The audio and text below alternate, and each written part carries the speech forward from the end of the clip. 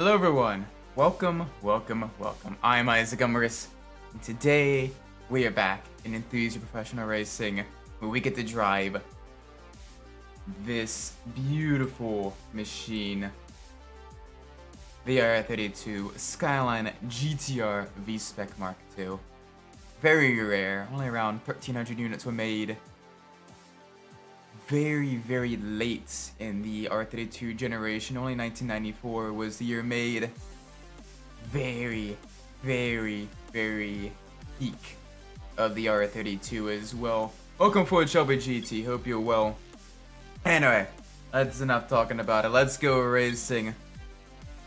Baja Mirage. Ooh, this is an interesting one. We do have all-wheel drive. That V12 is quite quick. I'm gonna give it a shot. I have trust in this four-wheel drive system. The Atessa four-wheel drive system. And we think completion in this game? Pretty much, yeah, we're close. We'll probably be finishing it tonight.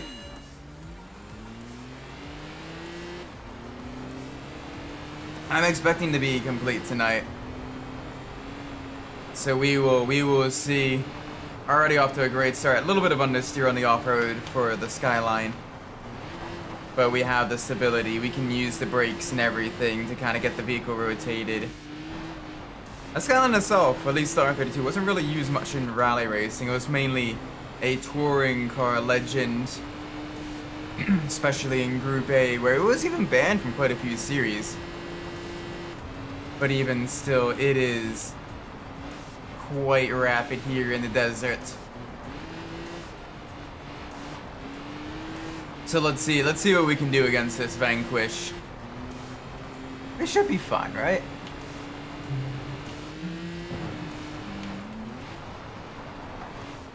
Oh boy, little bit of understeer.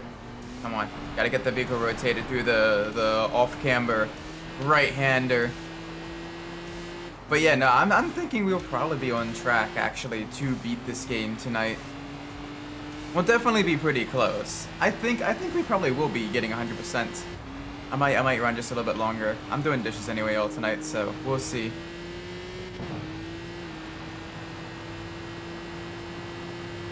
We're already off to a great start. Super speed down the main straight.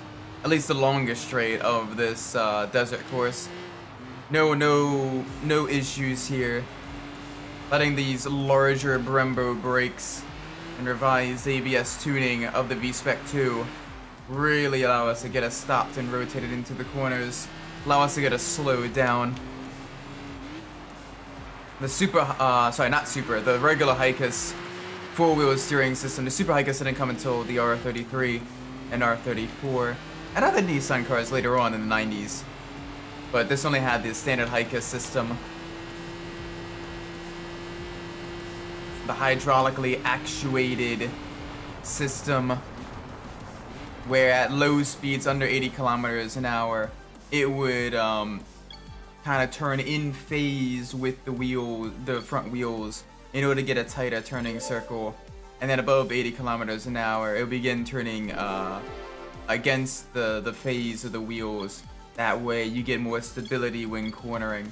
Really cool stuff. Although most of the racing versions of the R32 Skylines, and of course other Skylines as well later on, nixed that for a bit of weight savings and reliability. So, yeah, ooh. Alright, we got a bunch of Japanese four-wheel drive vehicles here. Got a Legacy, got an Impreza, got two Imprezas actually. The Mustang is the odd one out. Oh, the poor Mustang. But yeah, the 2.6 liter twin turbo inline 6. The power of this thing is a beast as well. It's gonna be great.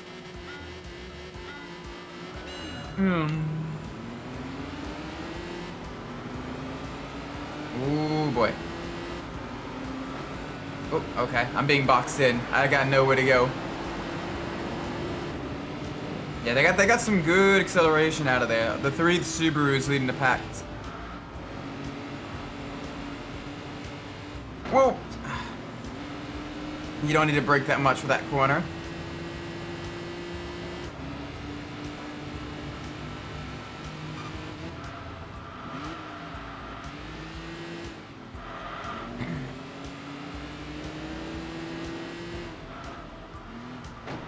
Okay, that's a dive. That is a dive and a half.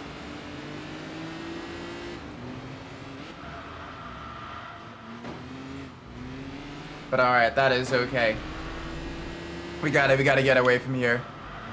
We gotta get away from here. Right now, we're getting bullied by the Subarus. They are the true of heavily tuned Subarus. Are giving us a real working. But we can push. Hooray, welcome. Yo, hope you're well. Right now, we're driving an R32 Skyline. The 94 V-Spec Mark II. And it is a beautiful machine. Look at that right there. It's still mostly stock right now, so you kind of hear the standard RB engine sounds, but it is great either way.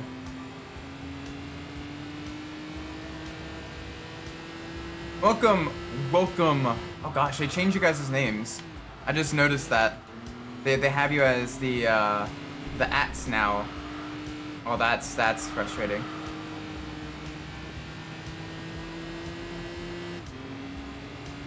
They change people's names. But welcome everybody coming in.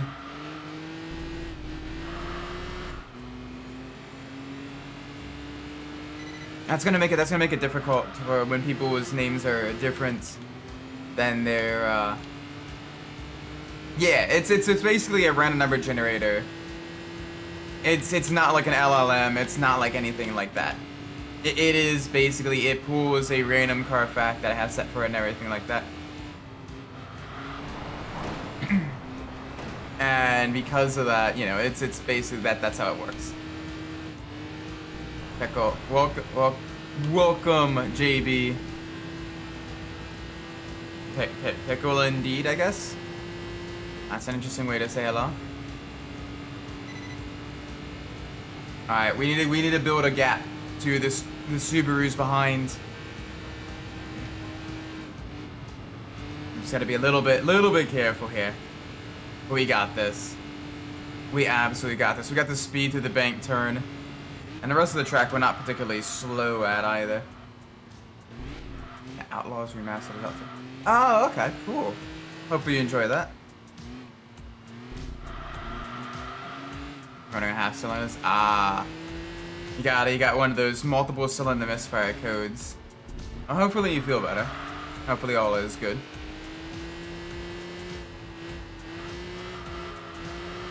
Make sure you get some good rest tonight. That'll definitely help. That'll 100% help. I didn't buy the game. Are you planning on doing that? Or it's just kind of a, hey, to let you know, kind of a bit of an update on the news thing. For instance, we're having misfires. Yeah, multiple cylinder misfires, lots of backfiring.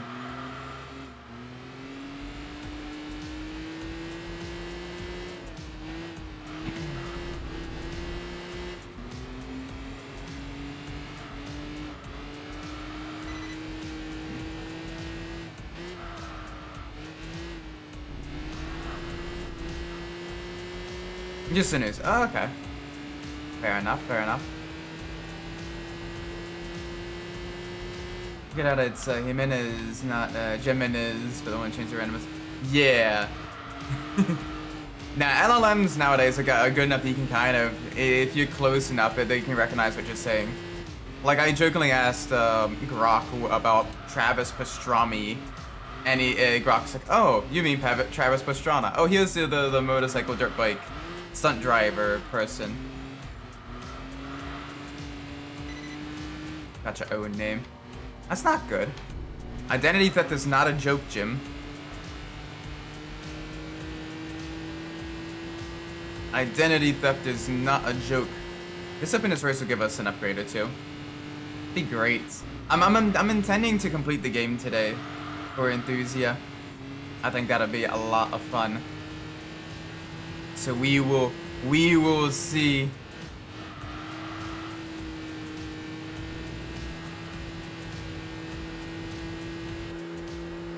Oh, it sounds so good. Yeah, you lost. Rip. See, this is why if Faye ever asks you for your name, you just say no. Because that means they will literally take your name.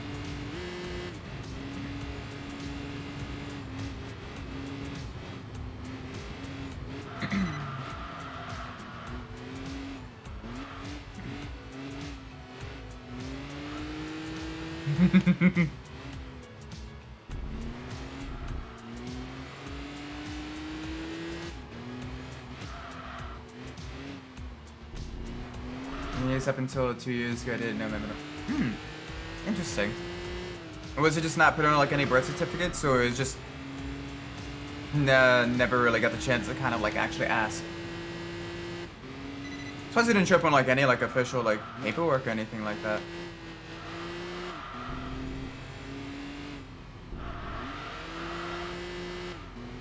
You forgot. Fair. I want to brake just before the 50 meter. We can actually take this in first gear because it is forward drive. We get lots of grip here. One thing I like as well is because this has a much less sophisticated hiker system. You can't really see the rear wheels turning as much. You can still feel it, but you can't really see the rear wheels turning as much compared to the R35, not R35, R34. I can never really sign anything that requires my name. Wait until you get older. Nowadays, it seems like it's every, at least in my field, in my line of work, it's an everyday thing. All kinds of documentation.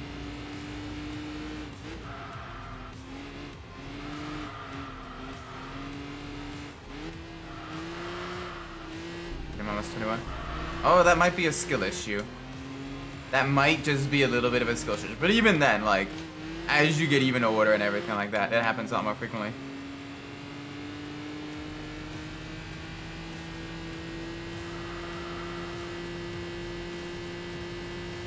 At least, you know, yeah. It might be a slight skill issue. It might be, you know, just a little bit later in life and career and everything like that. Oh gosh, a little bit of understeer. Come on, save it, control it. There we go, and ready to cross the line. Full speed ahead. Yes. Beautiful, beautiful. Yeah, early on we got a lot of collisions. I didn't like that as much, so we may not get... Okay, good, it is still enough for a level up, but probably only one.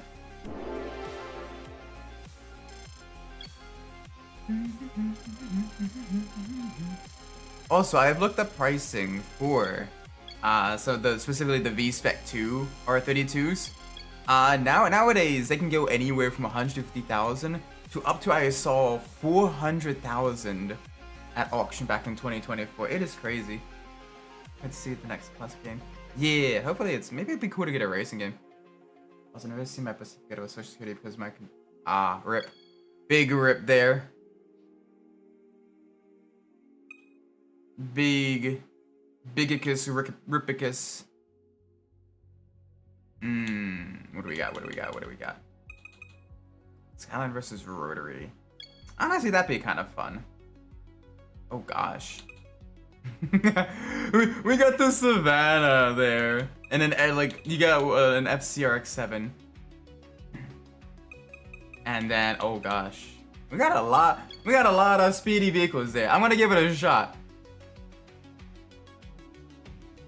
That RX-3, that Savannah AP. That's given us a lot of issues. It's gonna make this a lot harder than what the odds say it is. I get the first little bit of a turbo blow-off valve.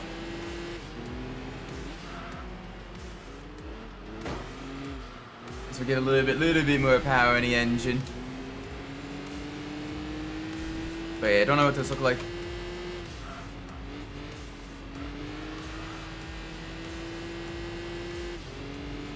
Sounds like some GT4. I mean, it's not bad. You gotta think, this is a PS2 game. You know? Like, as far as PS2 games go, like, the audio is not bad in Enthusia. Especially the fact that they have different audio sounds depending on what level of, like, tune the engine is. And all that stuff. It's not bad. Is it a little bit flat? Yeah, obviously. But, like, for a PS2 game, it's not bad. Not bad at all.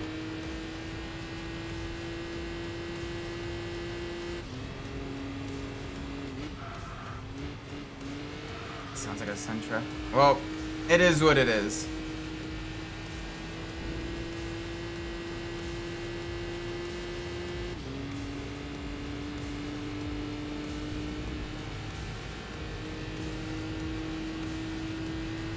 I gotta be a little bit careful.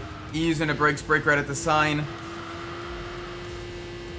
And brake at the end of the curbing there. That's pretty much universal for anything from a GT3 to GT4 to a lot of road cars.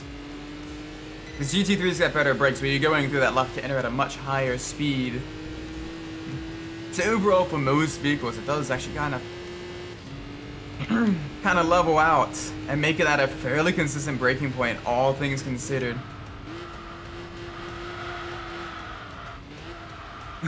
Ooh, big slide there.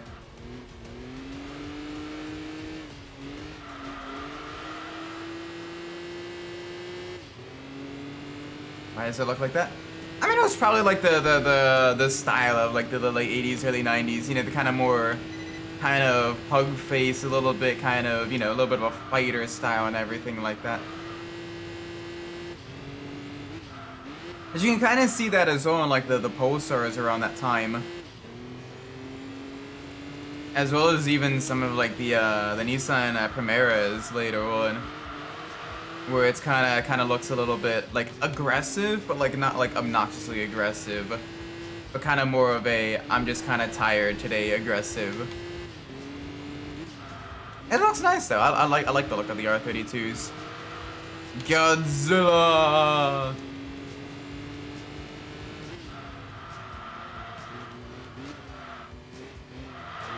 Multiple time Bathurst 1000 winner. It's won so many different Group A championships. You can't name them all. I mean, you can, but like, it takes a while to name them all.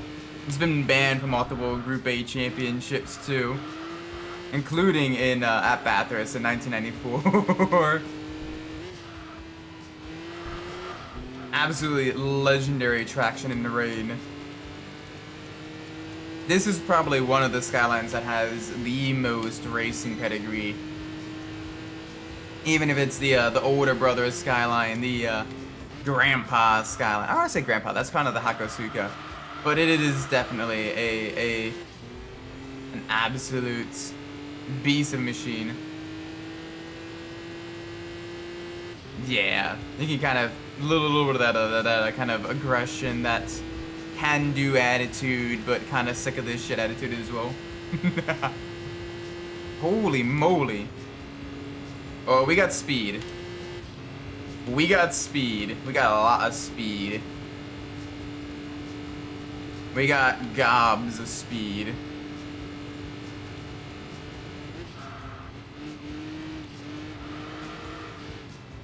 Uh-oh.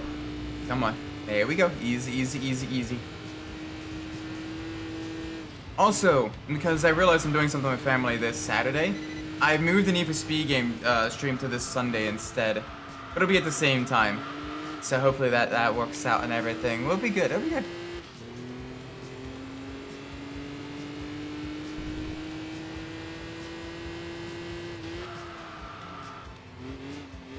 Yeah. And then it went out to become, you know, the global kind of dominant vehicle in Japan, in Australia, in Europe. Just a beast of a machine.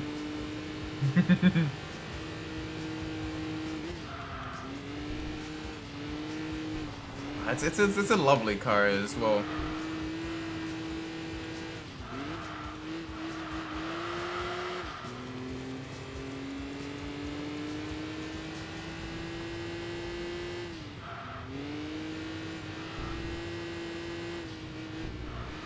I mean, ever so partially. It's still predominantly Japanese.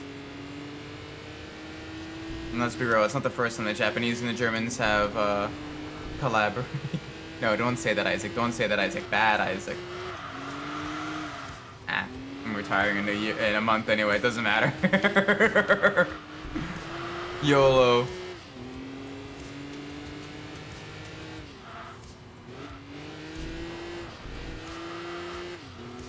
But no, this thing, an absolute beast. 4-wheel steering, 4-wheel drive, lots of traction. This is a vehicle I like.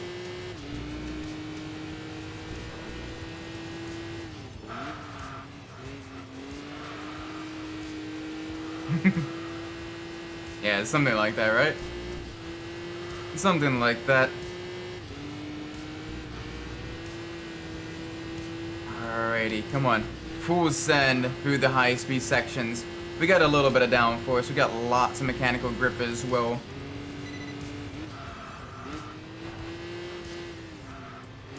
Welcome, Sprockets. Hope you're well. Welcome to the stream. Right now, we are driving a Godzilla. I wonder what happened to that 959 they tore apart.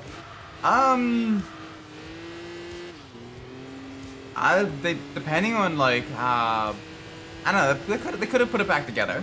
That is a feasibility. You know, once they figured out how everything works and everything like that. It could have been a vehicle under loan from Porsche.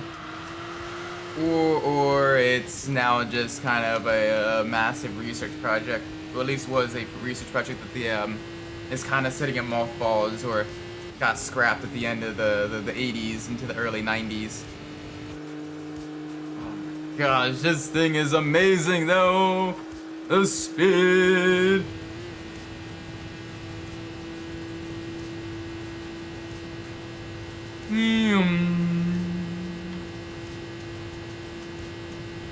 I didn't realize we'd be this far ahead of even the Nismo Skyline.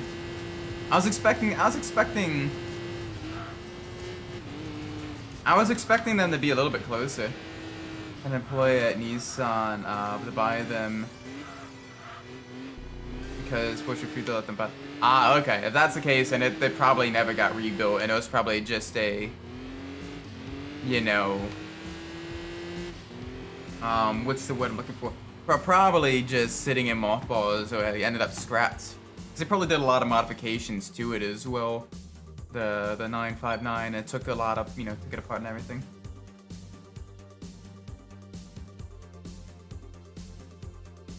Welcome, LeBron's again. Hope you're well. Nice to have it. That'd be pretty cool if they do have it. And it's just kind of like in like a, you know, kind of sitting in like their archives, because they got a lot. Oh, they got a decent amount in like their archives. It just doesn't see the light of day and everything. It's pretty crazy. Also, my apologies. The hike system, was 0 to 30 kilometers an hour, and then from 30 to 80 kilometers an hour is where it transitions, and then above 80 kilometers an hour is in phase instead.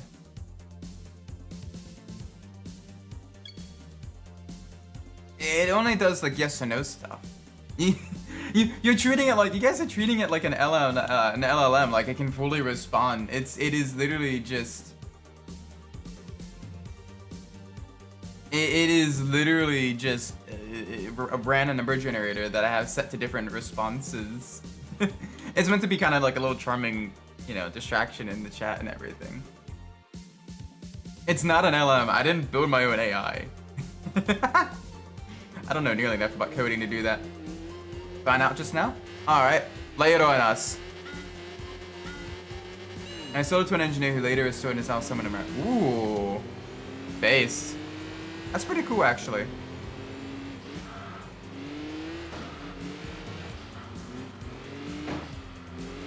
Oop. Alright. Alright, two very, very special Japanese sports cars of the 90s. Come on, let's see if we can do it. The Mitsubishi's gonna be a little bit lighter than us, a little bit shorter wheelbase, so it's gonna be better on the hairpins. The Skyline's got that torque though from that inline 6. The sort of Canepa, who even upgraded and sort of auction 2015. Ooh. Any word on how much it's sold for? On one hand, it's not the original. On the other hand, it does have the pedigree of literally being used by Nissan, if it has the documentation and everything. So that'll be interesting to see how that affects vehicle pricing.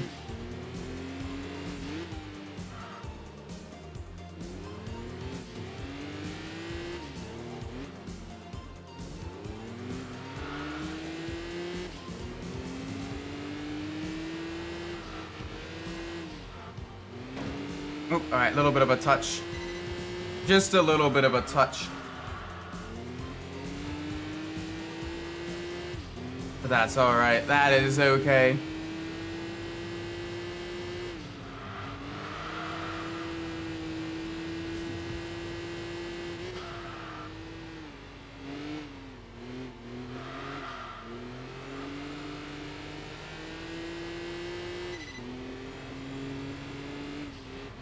Okay, so that high-speed section is where we really got a lot of the distance on the Mitsubishi. So that's good. That is very good, actually. We can keep pushing. Let's upgrade to the 800 horsepower. Sold for 3.7 million. Damn, that's not bad for a modified 959. I mean, it's got a unique pedigree in that front, so it is pretty much a one of one.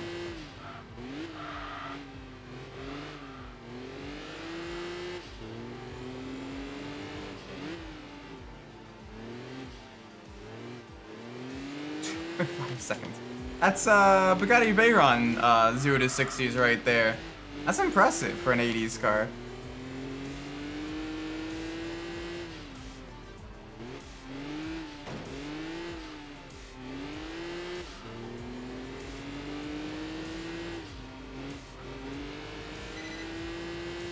Ooh, nice. That's a great color to have it in as well. I always thought the 959s looked really good in kind of like the darker, like grays and all that stuff. Like just in general, kind of like darker colors seem to suit that car quite nicely. That's impressive. That's an impressive amount of upgrades on what was already supposed to be a massive upgrade over the then 911 and everything.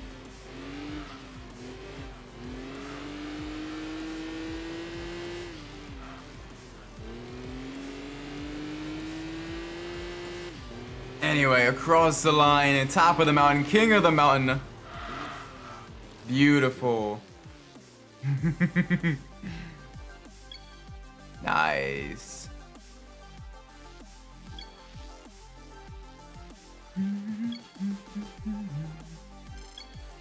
Oh, no upgrades though. That is a shame. That is a shame.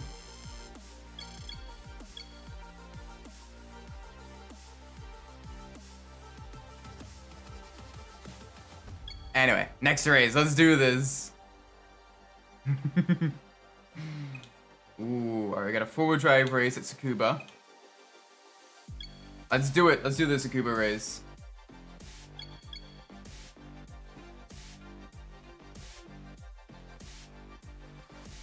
I mean, the bot seems happy.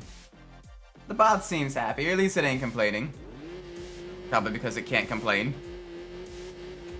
Hope you joined early. Yeah, you did join pretty early. Welcome, Game Over Tapes. Hope you're well. Right now, we are in the R32.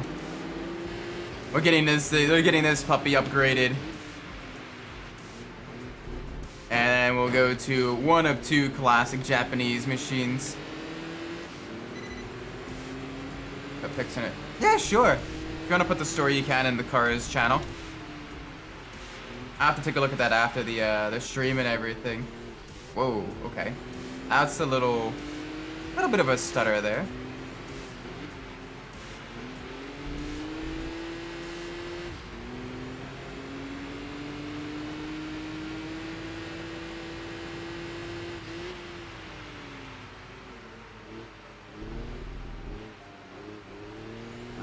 Come on, come on. Gotta keep moving, gotta keep moving. Oop. Oh, this thing is nice. Gotta brake a little bit early though. Just a little bit.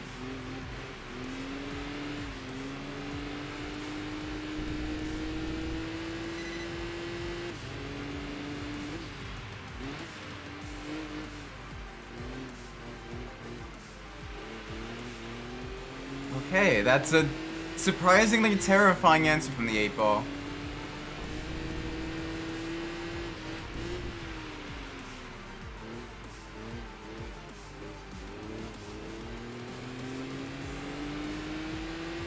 That is awesome. Thank you, JB. I appreciate it.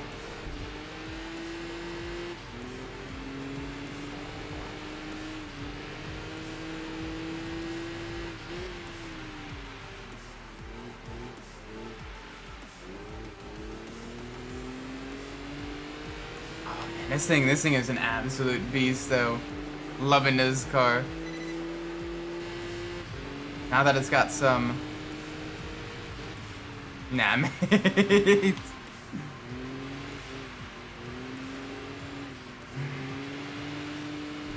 I love you guys, but sometimes I hate you guys as well.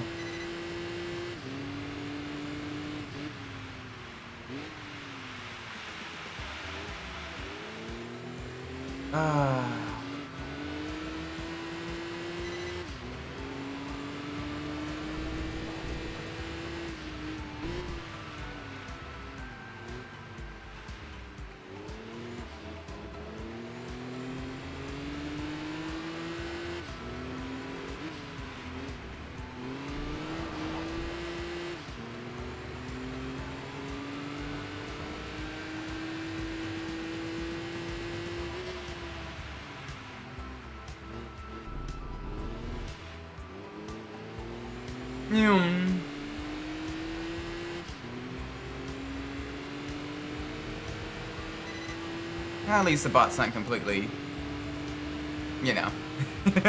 Nah, honestly, build whatever you want. I don't care. Build whatever you want.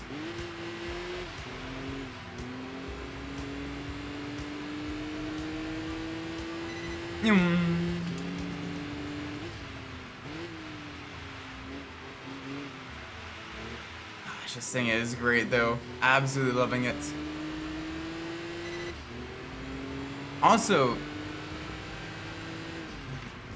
welcome, Petra. I was talking with an iPod? Yeah.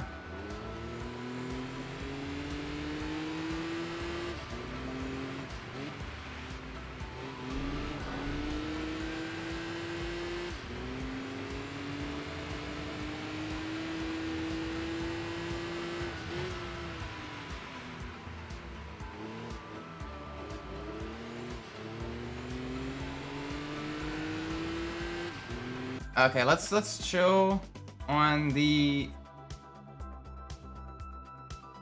Can we chill on the 8-ball stuff though, please?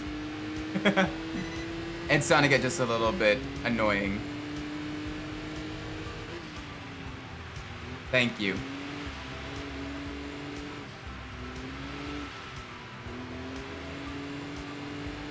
Thank you, thank you, thank you.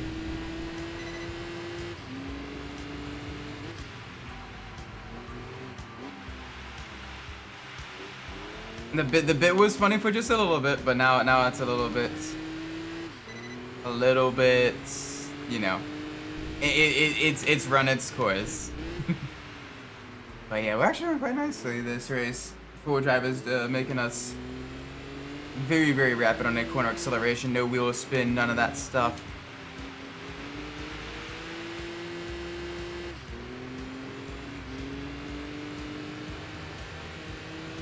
It is crazy as well, just the sheer dominance of the GTR as well. It eventually got banned from the JTCC, the Japanese Touring Car Championship. It eventually got banned in Australian in the Australian Touring Car Championship a little bit later on. It was ridiculous. Zero, welcome. Hello, Isaac. Hello, Chad. How are we doing? Yeah, we're doing great. We're driving an R32. We're at a very wet Tsukuba. We're being chased down by an Evo. But this is a blast. This is an absolute blast. I'm having a lot of fun. We're gonna be beating Enthusia Professional Racing tonight. Getting every single vehicle to level 10. Now some GTS2s all drive. Hey, that's pretty cool actually. I wonder if there was like a modify by like dealers, or if that was a factory option. Because I know some dealers, like especially like in the States and stuff like that, certain vehicles had like options that you couldn't get like directly from the factory. Like, you know, you have the Yenko Camaros and Novas and everything. Yeah, max level. Oh, yeah, wish you the best looking driver tonight. Thank you, thank you. And a bit later tonight, I'm gonna be practicing more for Barcelona. I got at least finished right behind Umbras. So if Umbras finishes third and I finish fourth, I still technically, I think I still beat him in the points. Doing myself, just watching a bit, and I'll be doing some more Barcelona. Hey, based. Best of luck, best of luck. Can you see that? Maybe. I still got 2 other vehicles outside of the Skyline to get to level 10, so it'll probably take a little bit. Ah, factory rare. Really? Interesting, interesting. Surprised it's from the factory then. But yeah, now I'm gonna be probably around midnight or like 12:30 US Eastern time. I'll be doing the practice. Get the hour in. I want to really make sure I get everything dialed in as well as I can, because it is gonna be my literal last V-Track race. So I am excited. I'm terrified as well, but I'm excited. We've not raced on Pacific Gateway yet today, so we're gonna do that. Ooh, the Dower EB110. Let's go. The German-built Bugatti when Bugatti went under during the 90s. So it is a legally distinct, totally not a Bugatti. It's a Bugatti though. It is fundamentally a Bugatti.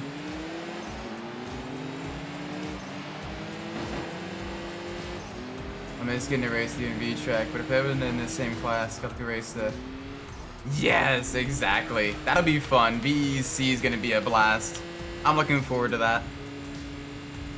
Gonna do some GT4 driving. And again, depending on what the Sunday series is for the iRacing that Alex is cooking up, I may also be doing that. I don't know. I'm on the fence on that front. Find it. It was a GTS one. Oh, nice.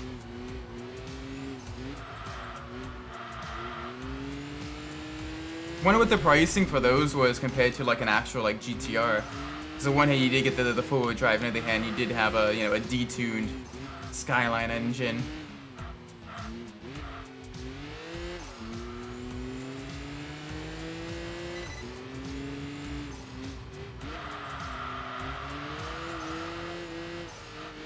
Come on, come on, come on. Through these San Franciscan streets.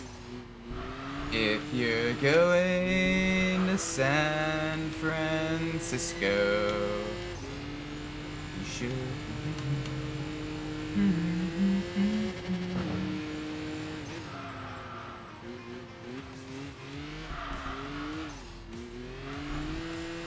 Oh gosh, little bit of understeer there. I gotta be a little bit careful. Unfortunately, we can't adjust the torque balance on the forward drive vehicles in this game. I'd like to set the a little bit more rearwards. The RB20 DET with the Tesla, but no Hikas. Yeah, understandable. Hikas was pretty expensive and very heavy. So honestly, probably like a mid-range vehicle then. That's interesting now. That is very interesting.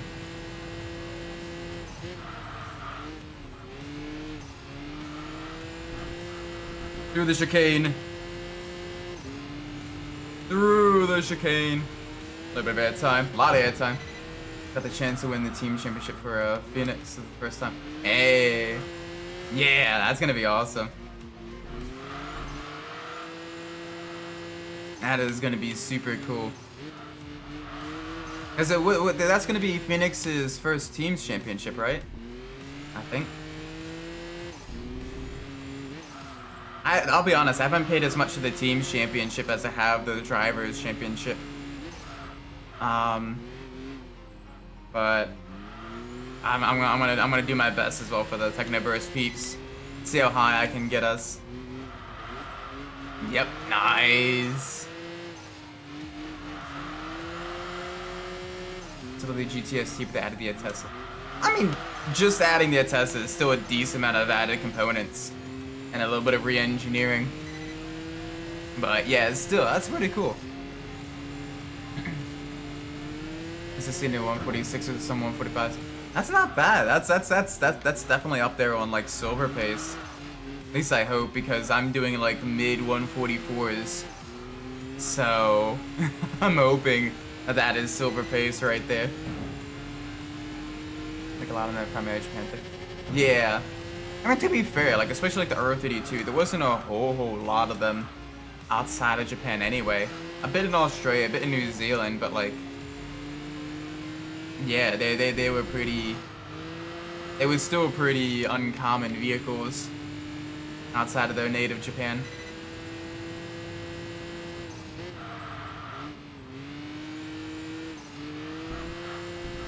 Oop. Big air time.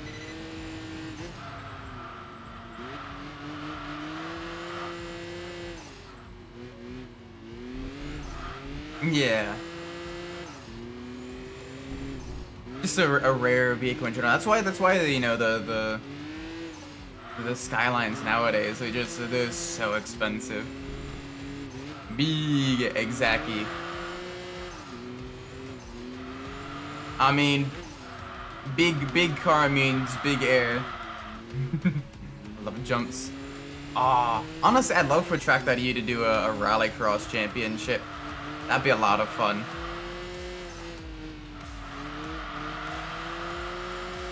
I know we primarily do like a lot of like the regular circuit racing and everything, but like rallycross would be pretty fun, I think. One of the rarest I could choose. A little bit more airtime. I mean, with people gradually getting more into iRacing, that could be a potential Sunday series thing. Yeah.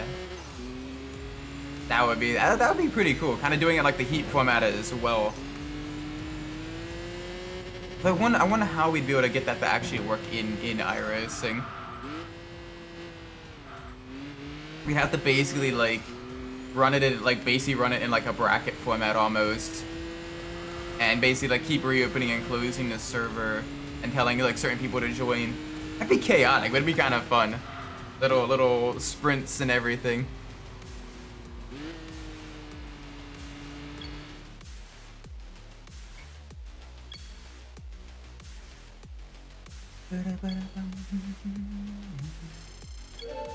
Nice. There we go. There's the level up. There's the level up. Alright, so one more race and then we get it to the max level. Let's do this, chat. Yeah, I know our rankings decreased ever so slightly. You don't need to remind me of the game.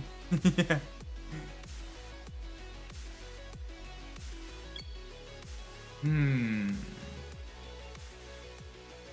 Ooh. Speaking of which, the best way. Oh, the poor TT Roadster. This is almost. I almost feel bad now. I almost feel bad for the TT Roadster.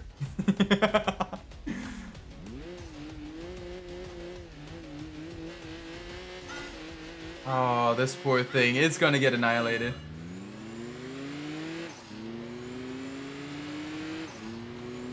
Yeah, I mean, that's still pretty cool. It even got a four-wheel drive system. Then you didn't even bother to do that. Especially for such a low production vehicle.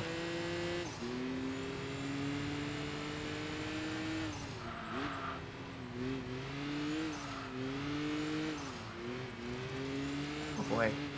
A little bit of unnecessary. Come on, keep it under control, keep it under control.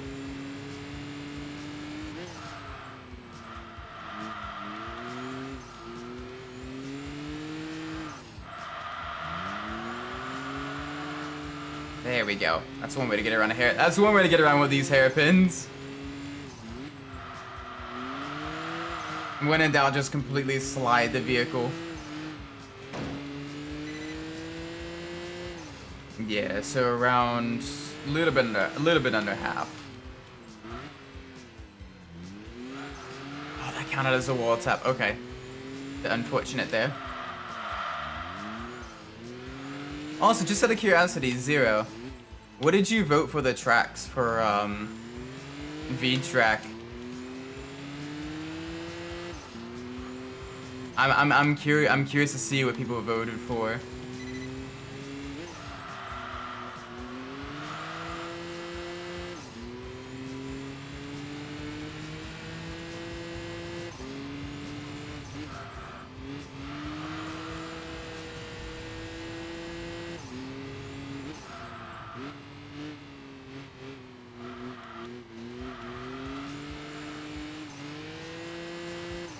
Yeah, I mean, it also depends on when they made it as well.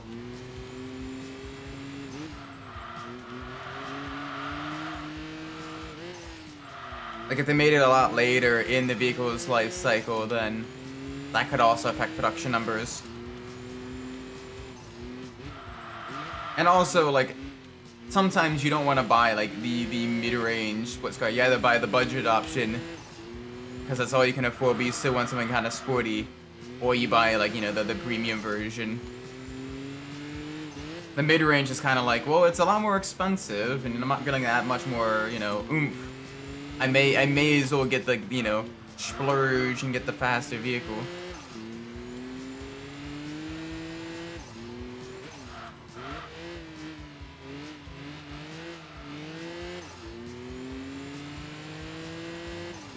Then also, depending on where you are in Japan, four-wheel drive alone isn't really that much of a benefit.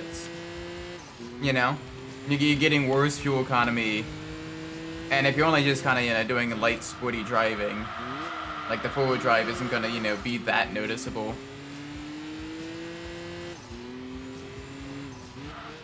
So, that could also be you know, a thing. A factor into the lack of popularity. They added weight too, which, especially for the RB20, you know, makes a lot more of a difference.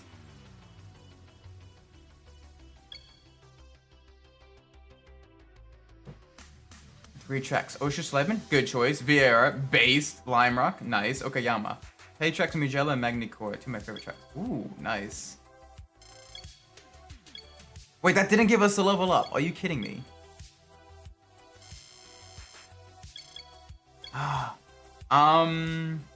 What did I end up voting for? I also voted for VAR. I voted for Summit Points because I genuinely love that track. And then what are the other two I voted for? Owen Park, because that one is a carryover from ACC, so people would have some level of familiarity with it, I think. And then also, yeah, especially with 3040 GT3s. And you pick Lime Rock. Oh my gosh, that is going to be chaos. But Based. What was the other one I voted for? For the free tracks. It was VAR. I think it was Okayama as well. I think I voted for Okayama. As that has some good overtaking spots, good for mid-downforce vehicles, but isn't going to be, you know, dive bomb central. It's a little bit narrow and twisty, but more than wide enough to host racing for those vehicles. Okay, Lime Rock just picks that track as basis. Yes! I mean, if you've ever seen some of the old American Le Mans series races there, when they had the LMP, you know, LMP2s, LMP1s, and everything like that. Holy moly, it is just chaos. Ooh, nice. And what about the two paid tracks? Oh, I picked the paid tracks based on basically what people are most likely to have, and also to coincide with the special event as well. So I picked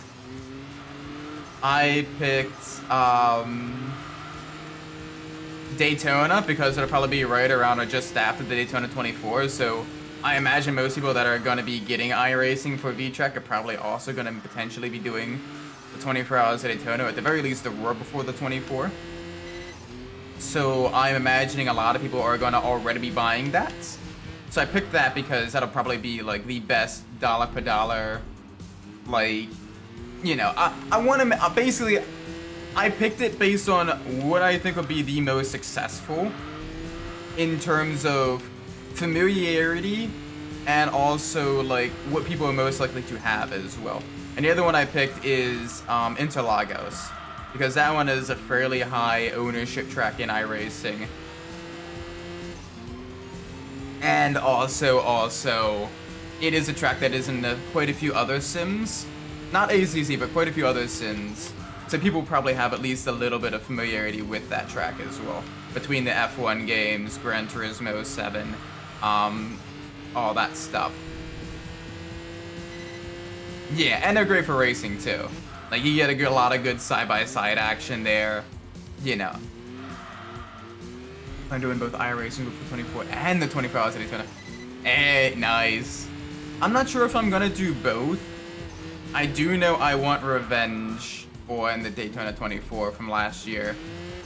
I had a bad time.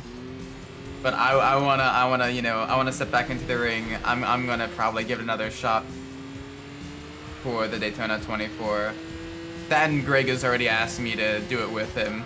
So we're gonna see who all we can get on a team for that.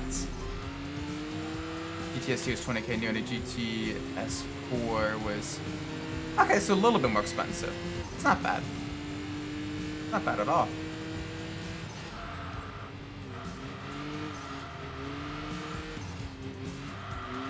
But you know, like, I mean,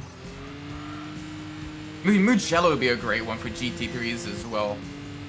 Dainty Core, I'm not as familiar with, I'll be fully honest with you. I've only really seen like older F1 racing there. So I'm not knowledgeable enough on that track to make us an opinion. We'll get the same split for Daytona 24. Oh, for real.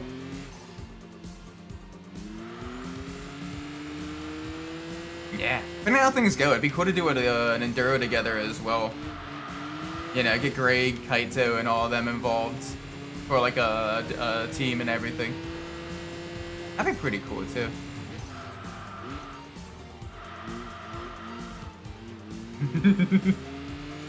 You get to hear me rant at iRacing's weather system. Do a 65 though. Fair. I don't know.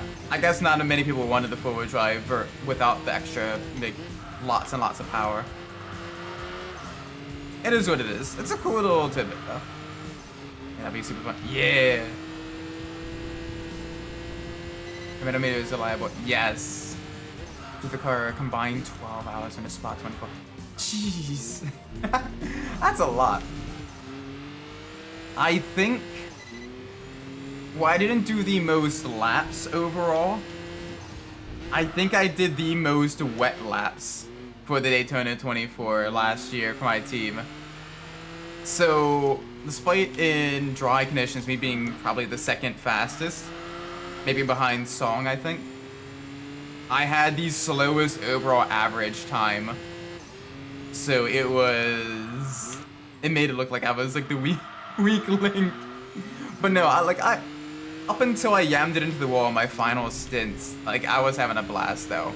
I was chaotic, it was good though. I got stuck with all the fun with it. Yep. I figured to undercut the GTR. Maybe a little bit. That's a good point as well. But I don't mind rain racing for the most part. It's one of those things where when it comes to wet weather, I at least need like one or two other people in like the VC with me, and also in the game with me, just to kind of act as like actual race control and like a race engineer, because the iRacing race engineer is fucking useless. I'm not even gonna mince words. you load into a session and everything, and like the track is super wet, but like it's not raining. You press the weather. We expect these conditions to continue. That's great. You're not telling me how wet initially the track is. You're not telling me how the rate at which it's drying. You're not telling me if any other of my opponents are on wet tires or dry tires. But yes, the conditions will continue. Good job, buddy. Gold star. I'm gonna spend a lot of time after the speed track season learning how to drive in the rain. Yeah, it's a lot different in iRacing. I got a love-hate relationship with it, because on one hand the physics are genuinely good. On the other hand, like, again, compared to ACC, you get so much less. You get so much less information. Like, iRacing really needs to fix that. This makes spots for so, and it's really cool to see the pop. Oh, that's pretty cool then. But yeah, no, like, but yeah, it is pretty cool to see like Nismo making parts for like even like the lesser, like the not top of the line vehicles as well. I mean, hey, everyone wants to, you know, get a little bit more oomph from the vehicle, and if they got money, and if they got enough of a market. Oh gosh, we're down to the last of the two cars. That is scary. That is scary. All right, let me pull up the random number generator. Oh my gosh. This is going to be the last time we use the random number generator for Enthusia. Moment of truth. Is our second to last vehicle going to be the S800 or the RX-3? Ooh.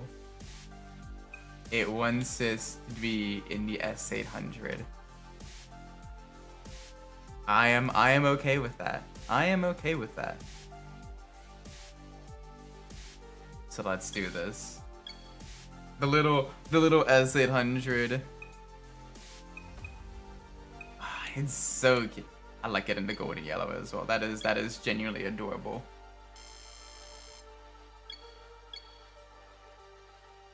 It's just such a cute little car. It's a sub 1 liter little beast of a machine. Also, it's damn very pretty cool.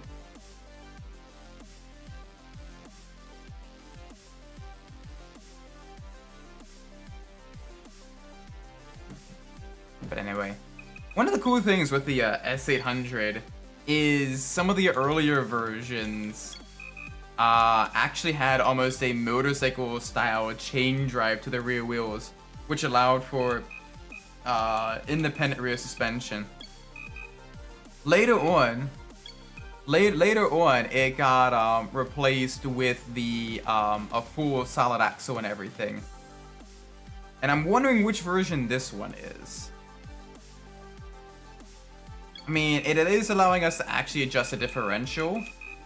So I'm assuming that means that is a live axle version then.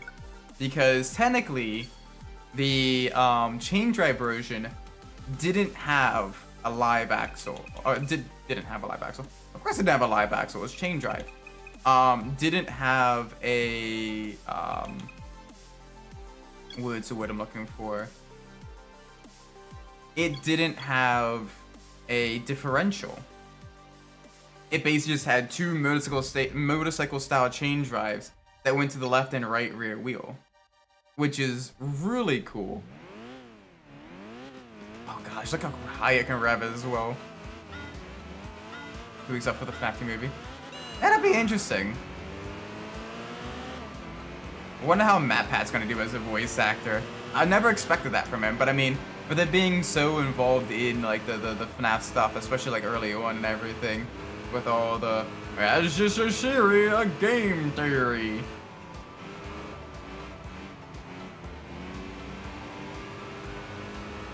How cool the GTS would have been if the SR instead of an RB. I mean, you're basically just describing the Polestar GTIR at that point. 4-wheel drive, inline 4, you know, sporty vehicle. It would have just been a more expensive but heavier Polestar.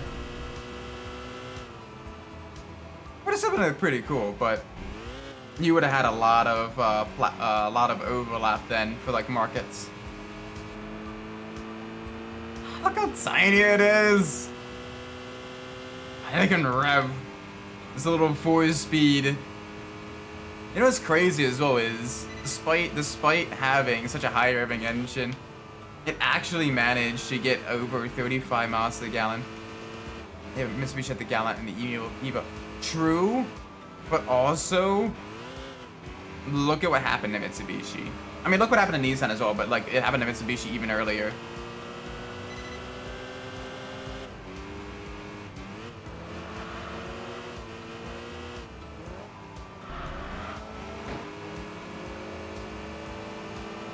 And that was technically like their only two like really, I guess you had the FTO as well. I mean, okay, fair. Still.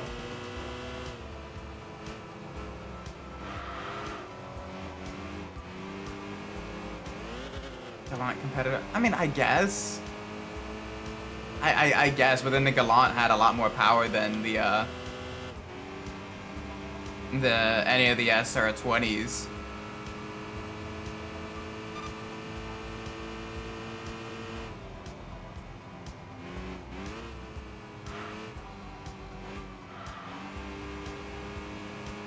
Yeah, I don't know, it just wasn't meant to be, I guess.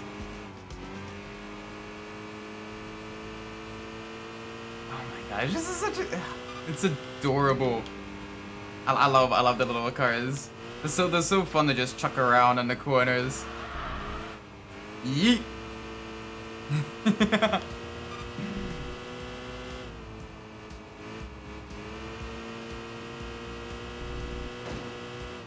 Now you might be wondering,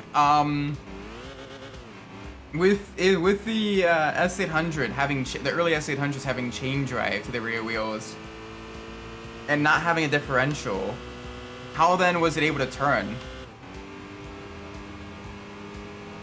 Well, there actually was built-in levels of flex designed in the system to allow the inside and outside wheels to still move at a slightly different speed.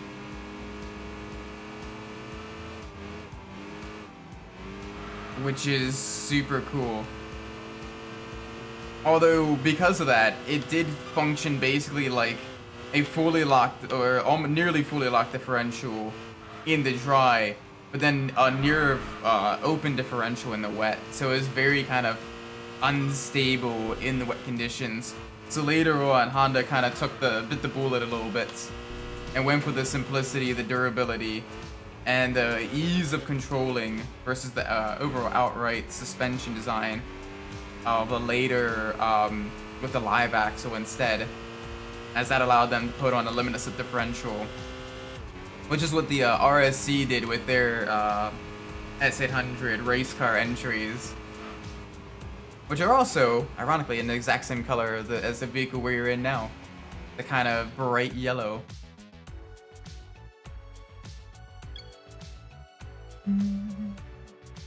Had around 12,000 of these little beasts made. So, you know, not a little bit, a few of them.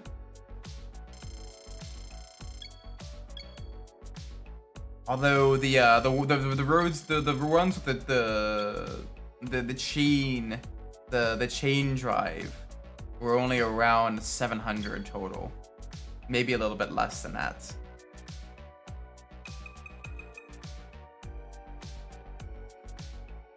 It'd be an interesting build for sure. Gosh, there is not a whole lot we can enter that we're not gonna get completely blown out of the water on, aren't we? Small convertible race. Yeah, we'll try it. We'll try. we need this to give us a little bit of upgrades.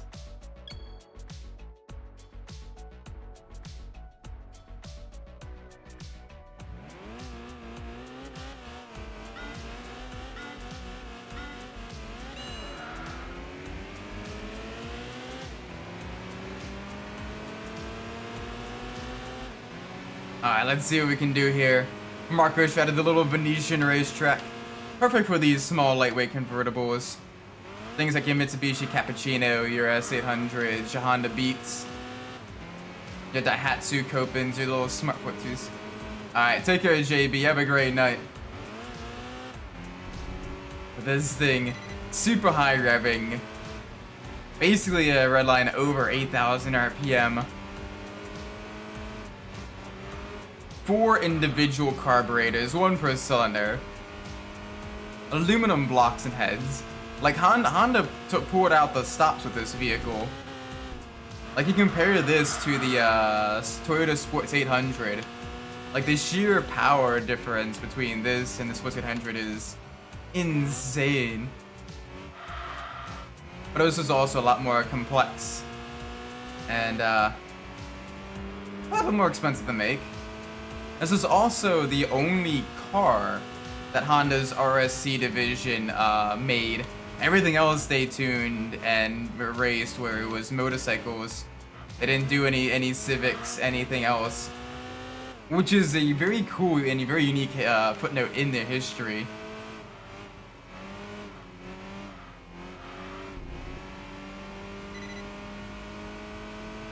A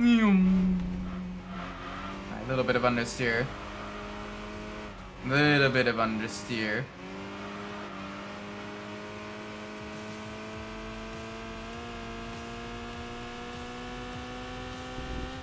So we can handle that. Holy cow. It's a little buzzy bee. it's got a whole lot of, I mean, for such a lightweight vehicle, a whole lot of power.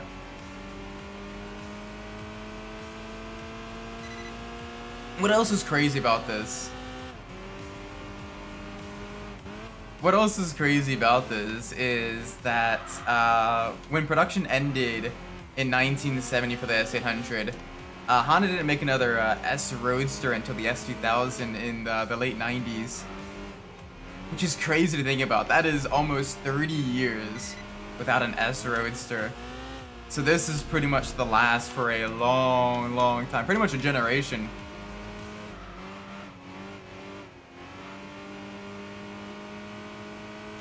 Also, I realized I probably should have done a slightly more difficult events, as these opponents are they're not that rapid in the lower tiers.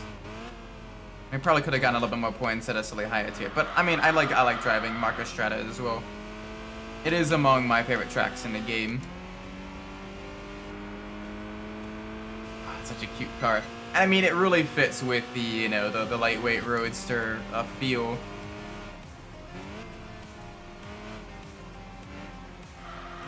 Oh boy, a little bit of understeer.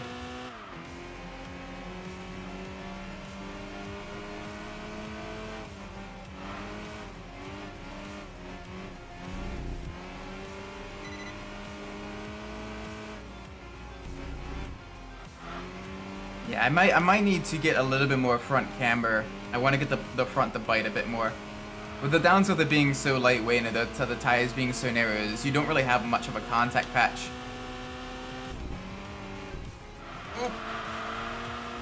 So it is a little bit tricky, a little bit spicy.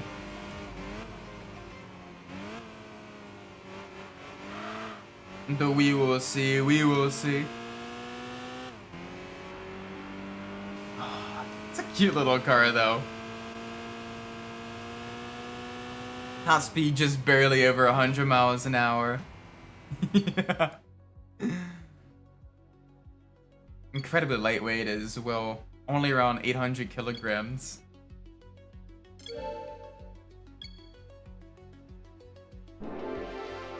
Alright, let's see what levels we get. There we go, 2 more levels.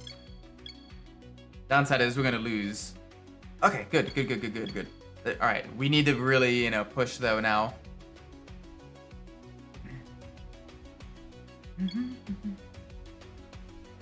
We gotta push for a little bit more points. What do we got here? Lightweight 2-seater meeting.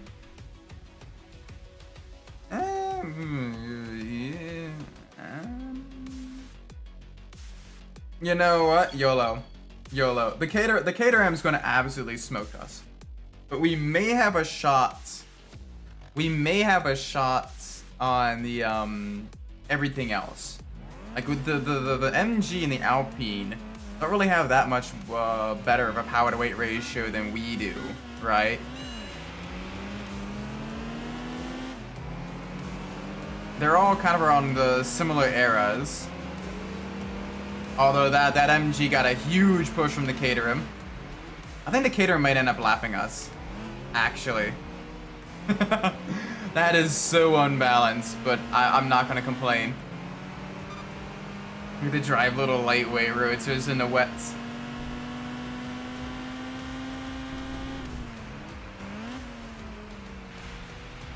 Yeah, the Caterham is just gone. No way. It is just taken off. We may genuinely be lapped.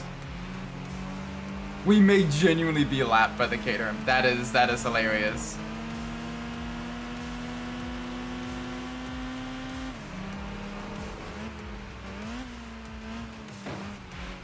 Alright, hi. Alright, you're still alongside. It's all fun and games when you get gapped and lapped by the Caterham. I know. And it's not even like the Lotus 7 types either. It's the R500, you know, the high performance. Absolutely, you know, on meth with the Rover K series, making over 200 horsepower in a super lightweight frame. It's the earlier R500, not the later ones that were featured in like the Need for Speed games and everything. Because there's technically 2 Caterham R500s. But either way, it is already pretty much like a quarter of a lap ahead of us. That is hilarious. That is, wow.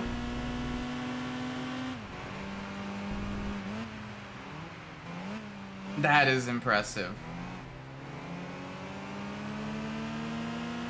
The MG's putting up a good fight though. We're honestly pretty well matched here.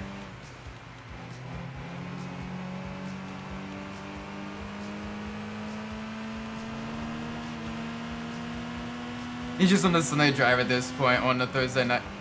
Yeah. Oh my gosh, he has just crossed the finish line.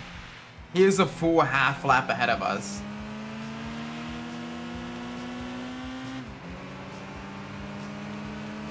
Oh, side by side, side by side. We got a better run out of that corner, but the MG's got a little bit more power than us. We only have around 70, they have around 95. We're a bit lighter than the MG though. So it's gonna be a close battle between us and the MG. It's the earlier MGs as well, so before they had to comply with the crash tests and other safety regulations that kind of ruined the vehicle handling. It's a bit lighter and the front's just a little bit lower than the later MGs. Because fun fact, when the US government basically said that the MG's headlights were too low, instead of redesigning the fenders or redesigning, you know, anything like that or in the MG, you wanna know what they did? You wanna know what they did?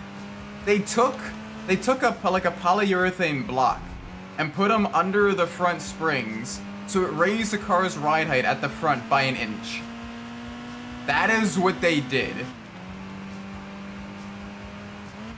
That is truly the best of the best engineering right there.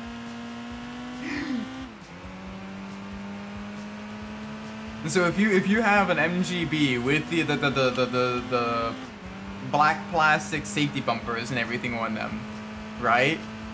You have that polyurethane block under the springs that raise the front ride height. You have that. That is on your car because they didn't even distinguish between an American version and a European version or anything like that.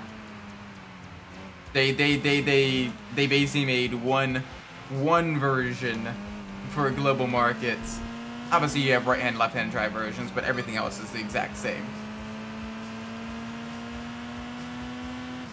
Which is certainly a decision. I wanna genuinely speak to the person who came up with that idea, because on one hand, that is absolutely brilliant to meet regulations in the cheapest way possible. On the other hand,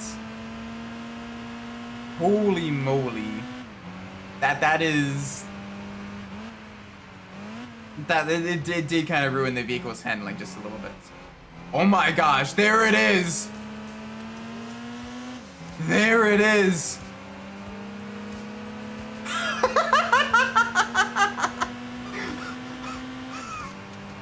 No way!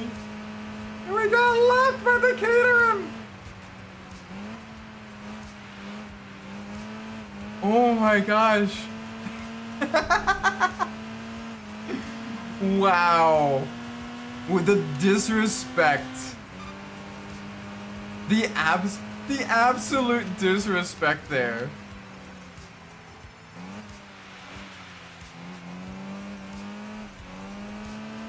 The Honda City's, it is the cutest.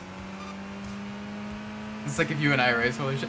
I don't know, you've gone, like I said, you've gone a lot quicker. There's been quite a few races where I haven't lapped you. So like you're definitely getting up there. Nowadays it's only like the super short tracks where that happens. Or if, you know, like a major issue, like an accident happens, what have you. But like on like raw pace, it's not that big a difference between you and I now.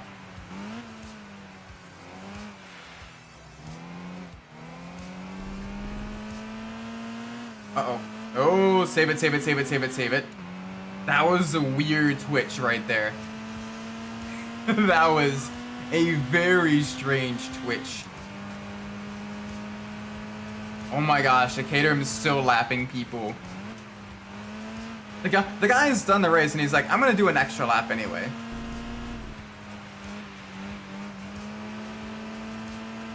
Holy moly. That is hilarious.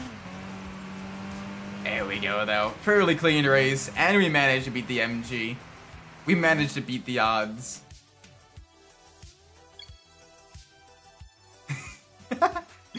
Has that been the first time I've been lapped in Enthusia? Kanem is being like, you can't touch this track.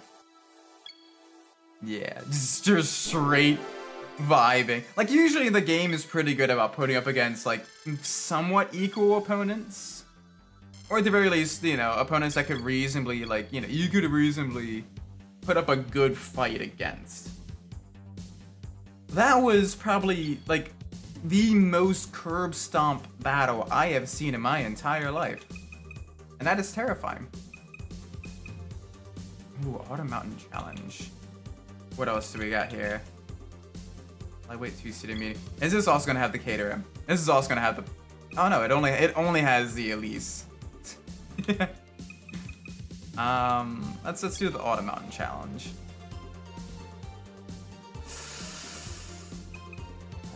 Alfa Romeo Giulia Sprint, Europa Special, Esprit, Nissan Primera.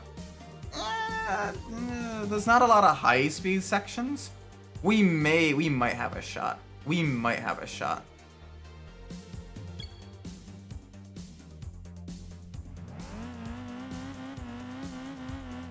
We need a post-race scrutineer and check on the Cater. For real, holy moly. That was genuinely... We got bodied there, chat. Alright, let's see what we can do here. We got a lightweight vehicle. We got some good... a little bit of upgrades now. So here's hoping we can put the rubber down. That's the other thing I really like, is I absolutely love going to like historic races. It is cool seeing, you know, the old cars, you know, being raced in anger again. I'd love to go to Goodwood, the like either the members meeting or the revival, and see the cars raced there. Midnight, welcome. Hope you're well. Welcome to the stream. Hope all is good with you. Oh, that is not. You did not have overlap in that corner. 5-second penalty. 5-second penalty to the Lotus Europa.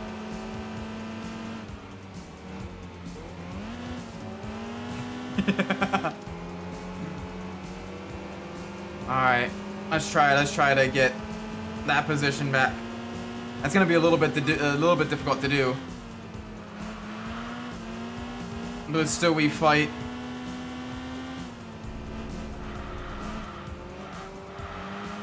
Oh, that's understeer. Alright, at the very least, we're on pace, we can get 4th. But I want to try to get a podium. I know that Esprit behind us is looking racy in the John Player special livery. Grizzlies won. Hey, nice. Congrats, congrats.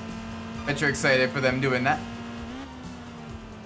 Oh, don't send it down the inside of me.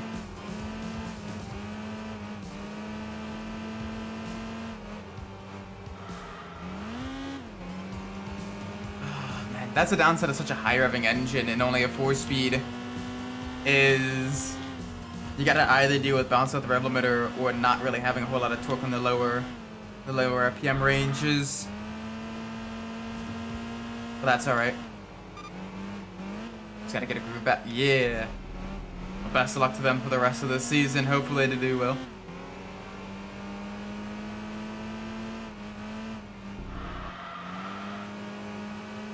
Oop, alright, back again to the right.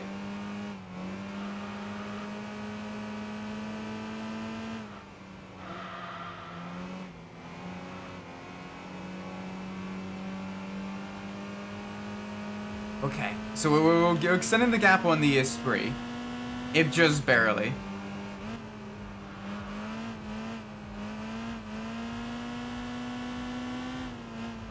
But we are definitely losing the Europa.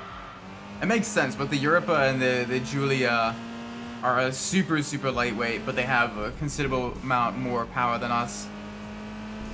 So yeah, we're probably gonna be absolutely bodied by them. Whereas the Esprit, despite having, you know, a decent bit more power than us, is also a little bit heavier as well. Because it's kind of more so designed as a kind of a luxury sports car rather than a full-on, you know, lightweight sporty vehicle.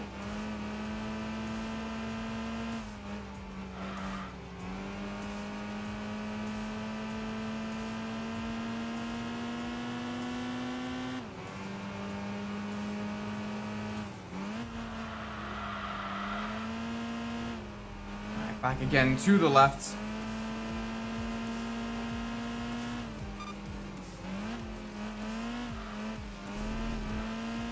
Alright, no issues here, no issues, no problems. Just gotta keep it going, keep sending it.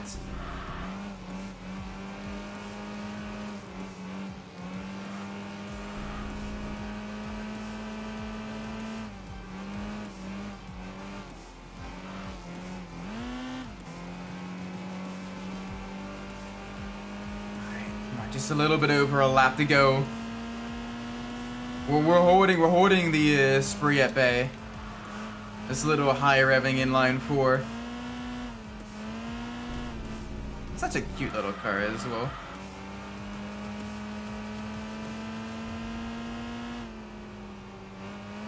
Come on. Come on, come on, get around the corner. There we go, there we go. One more lap. Can we do this, chat? I think we can. I definitely think we can.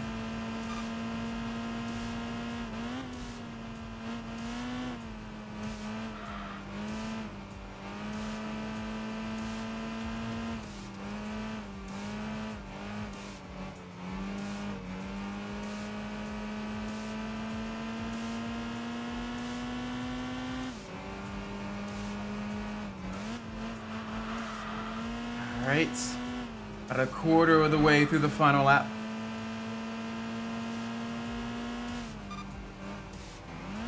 Yeah, I know the Alpha's that far ahead. They got a big gap to us.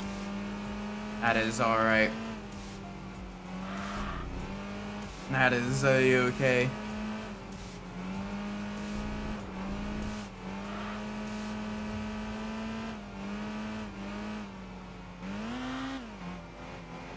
A little bit of understick him around this turn. No issue there, no issue. Welcome, Reggie. Well, I was like, welcome back. I miss you so much. Yeah. Glad to be back. Thank you for the kind words, definitely appreciate it. But yeah, we're gonna be finishing Enthusia Professional Racing tonight. We're about midway through our second of 3 cars. And then the final one, a Mazda RX-3. Or at least in this game, because of the Japanese version, the Savannah AP GT. Which is really, really cool.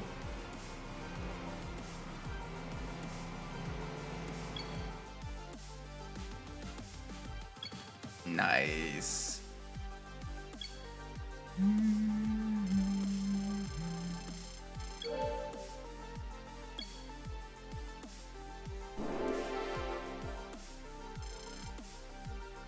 Alright, there we go. We got the grippy boys.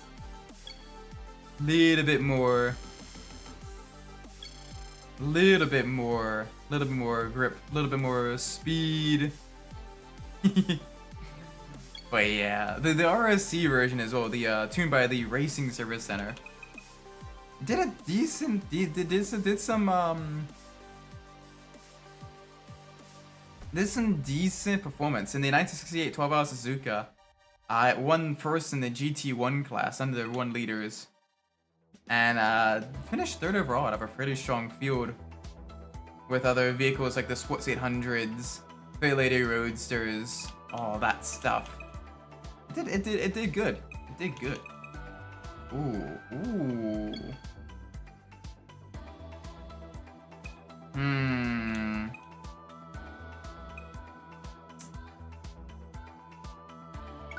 That's an option. But now I'm gonna put myself. Victoria Road Challenge. What's here? Absolutely not.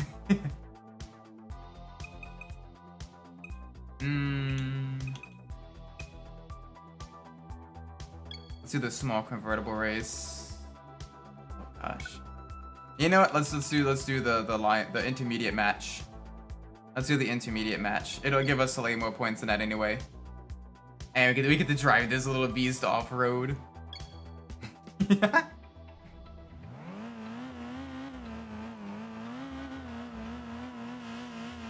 Gosh, 2 Japanese classics duking it out in the caves.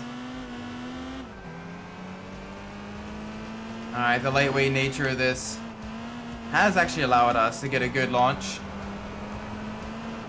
We do have the lightweight maneuverability.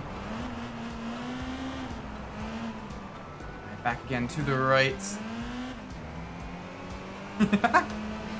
Ooh, this is lively off-road. This is very lively off-road. Little bit of a rear wheel spin. This is good though. This is great.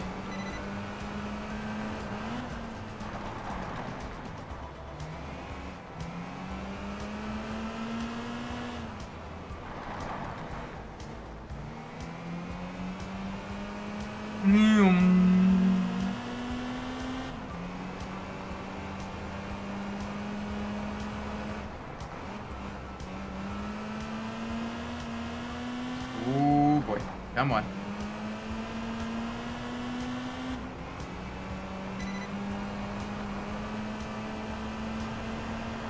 Yes. This thing, an absolute beast.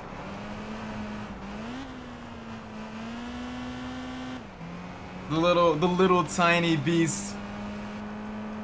Oh, it's so cute too.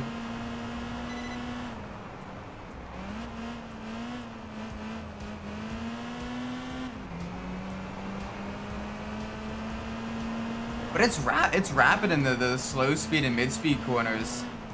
Like, we're not really breaking traction. We're not really having too much issue here.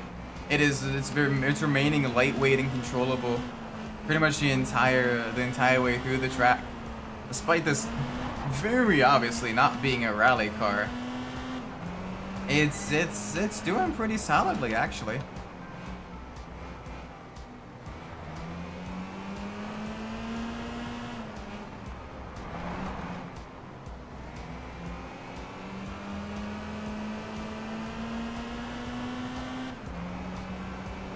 Come on, come on, let's keep it going, let's keep it going.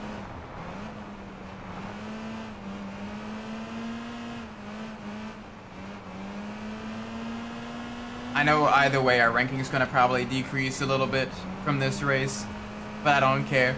We get the rally raise, an S800.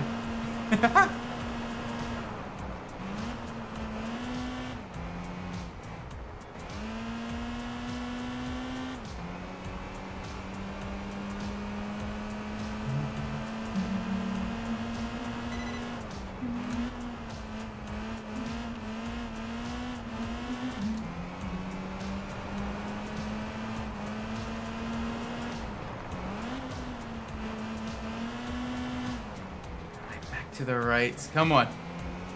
Fairly quick lap times as well. Not too much issue. We're steadily increasing the gap to the Mitsubishi Galant. Ooh, a little spicy. Come on, save it.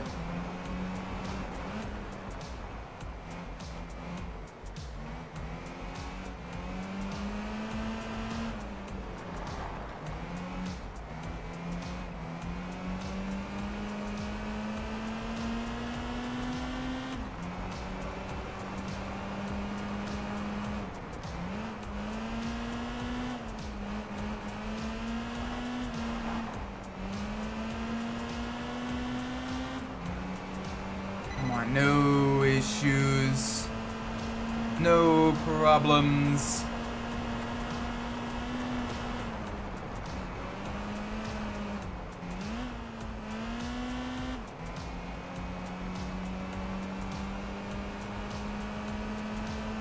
One, 22, 20. Okay, not bad at all.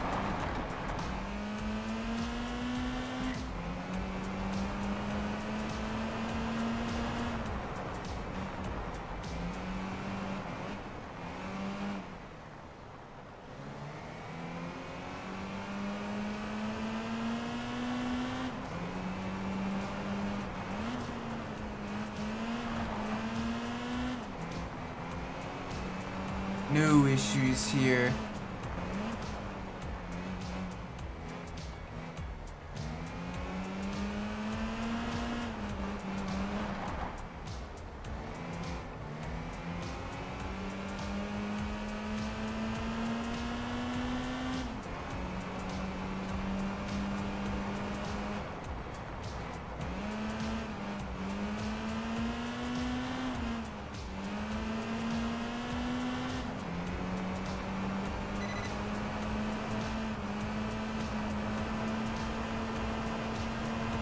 Yes.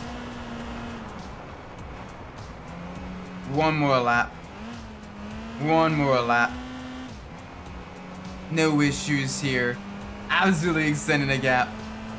And this is a beautiful track as well. You get the kind of the almost surreal experience going through the caves, hearing, you know, the echo of your exhaust, seeing the kind of low level kind of fog, seeing the underground springs and everything. And it's just really cool. It is a very well designed course in terms of like visuals.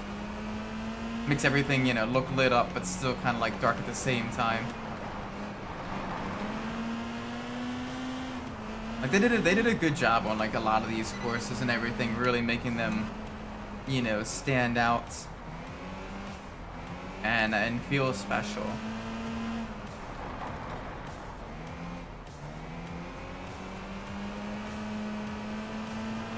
Seeing the light coming in through the cave from the other side as well. Like that is just super cool. And also the other thing is the cave kind of hides the need for like longer draw distances too. So you're able to make it run a little bit smoother because you're underground for a good chunk of it.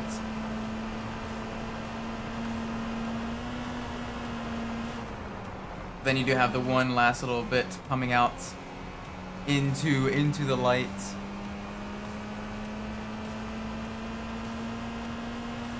Yeah. Boom. Boom shakalaka.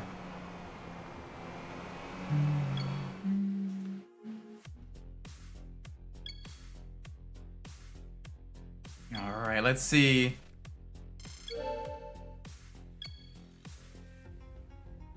Let's see what upgrades we get now. Ooh. Alright, so the lightest the vehicle will be, and we got a bit more power. Yeah, I know our ranking's decreased. That's not good, but that's okay. We got the Mirage Rally. Yeah, the minivan's gonna spank us. We're gonna get absolutely beaten by a minivan. I got the Honda Cup. That is an option. Oh, yeah, we do get NSXs there.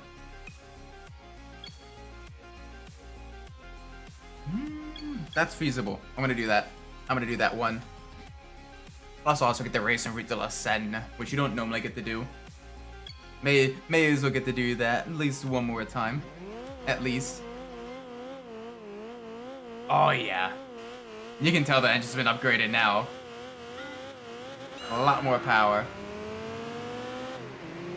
This is gonna be a good fight. We do have a couple of high-speed sections, but we should be nimble enough in the low-speed corners and the mid-speed sections to put up a good fight. Alright, down in a second. But as long as we can stay up there with the Alpha, we'll be okay.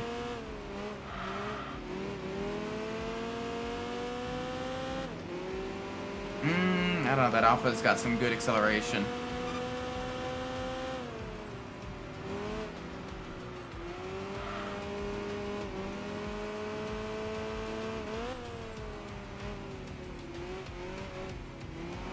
Come on, get around the hairpin, We wanna extend the gap to third.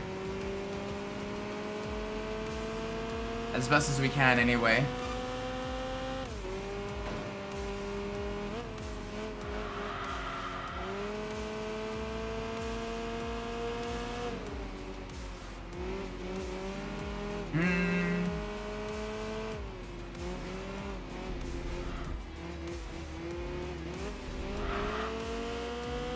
Not a bad section through the chicane. Now we got the death loop. This is where a lot of these older vehicles are gonna struggle, as they're just constantly having the suspension loaded up.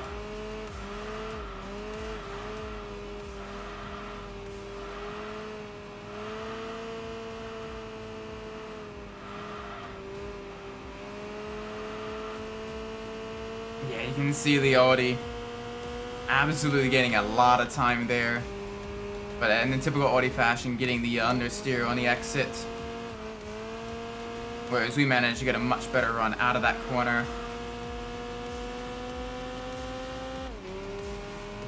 There we go. Alright, first lap completed, still in second place. That Audi is going to be catching us very quickly. Brake just after the 100-meter board. There we go. Very, very good on the brakes.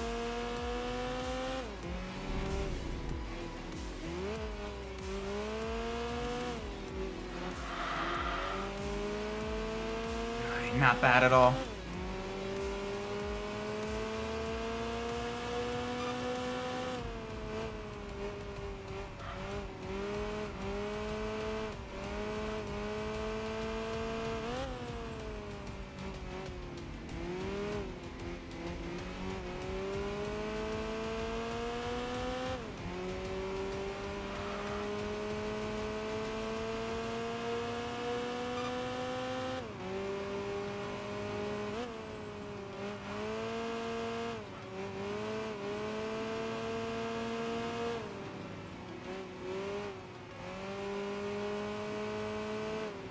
No issues here, no issues. Let's make sure we maintain second. There we go. Beautiful. Absolutely beautiful.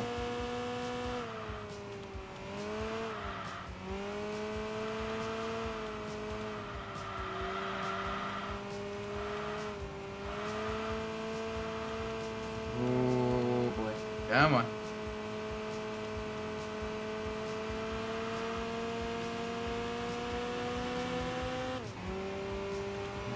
Not a bad run through the death loop.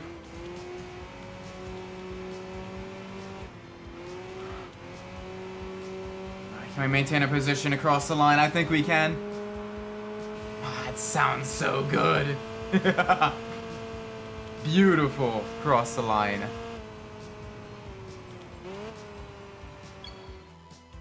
Alright, this should get us to max level, I think.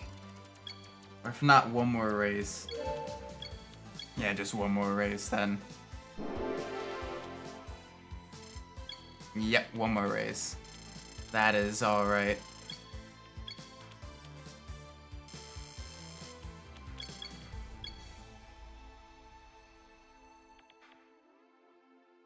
Let's see what our final event is going to be for the S800.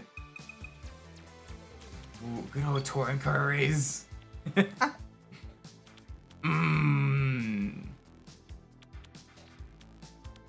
You know what? Vibes, let's do it. Let's do it. A race on the Nürburgring Nordschleife. Let's see what we can do for our final race in the S800.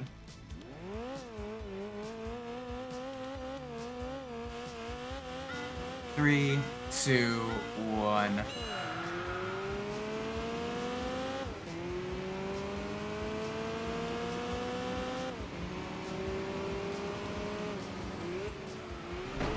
Ow, hi.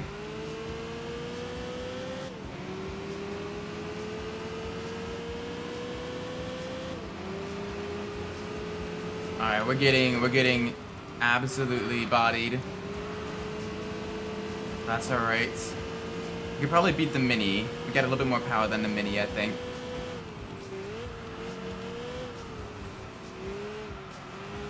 Oh, it's gonna be a tough one, though. It is gonna be a tough one, but we can push.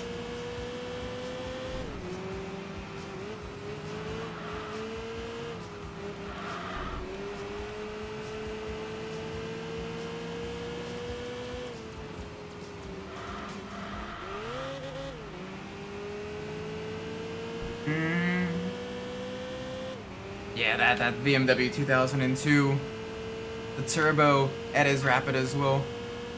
Yeah, we're gonna lose a lot of ground on the high speed sections, I think.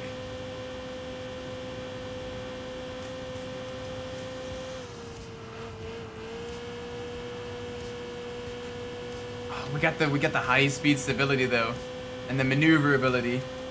So we just gotta make up as much ground as we can on the turns. 108 miles an hour.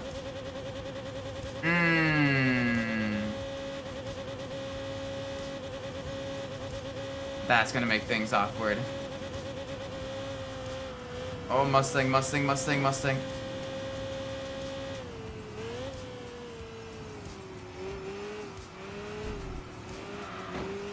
Whoa, the Mustang's trying to send it around the outside. Alright. Alrighty then. That is certainly a decision. And what's that behind? That's the Alfa Romeo, huh? Oh gosh. The lack of top speed on this is going to absolutely hurt us.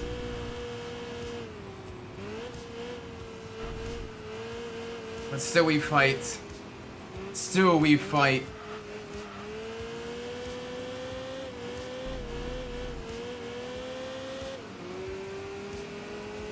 Oh gosh, we got the A-berth as well. No. Oh no.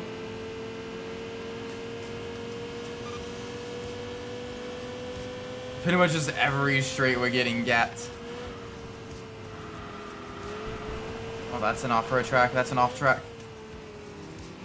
They say you cut the course, you have to slow down and give up the time gained.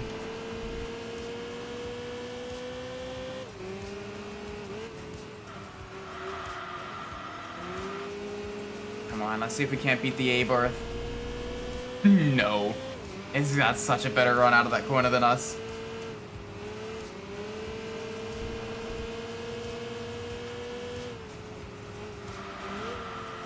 Oh, that's understeer. That is death. Okay, well, Let's finish what we can. Let's finish what we can.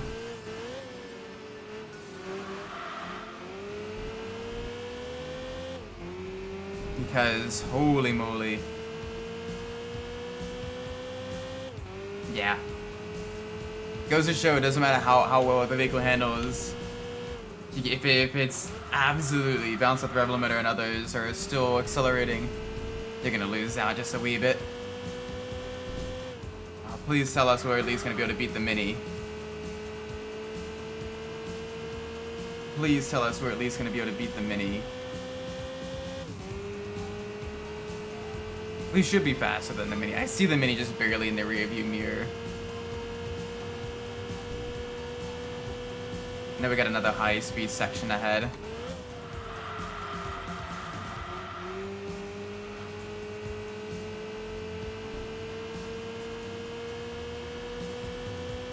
Alright, we got good acceleration out of the corner. The Mini is gonna be a tough one. The Mini is gonna be a tough cookie. The battle to not finish last.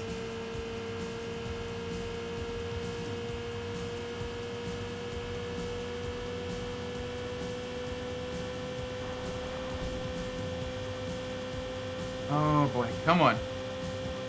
We can do it.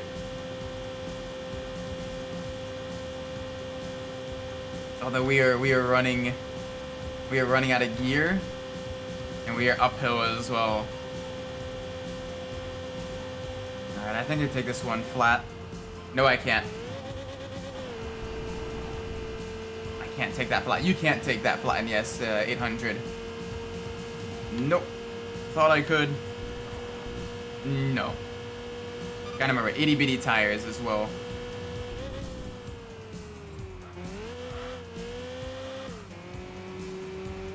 Alright. We're gonna be on a twistier section now.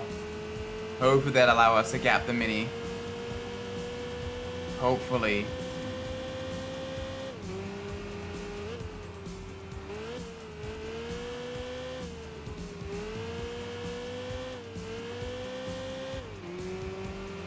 Alright, good exit out of the carousel. Oh, the Mini. The little mini. The itty bitty Mini.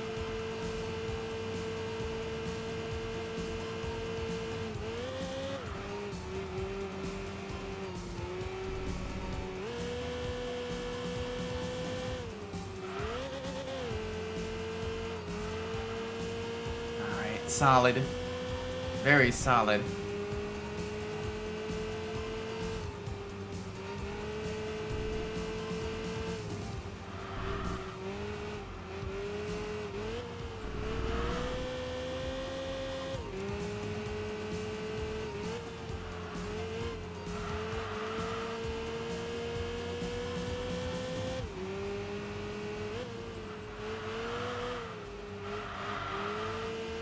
Oh boy. Yeah, I still see you. I still see you.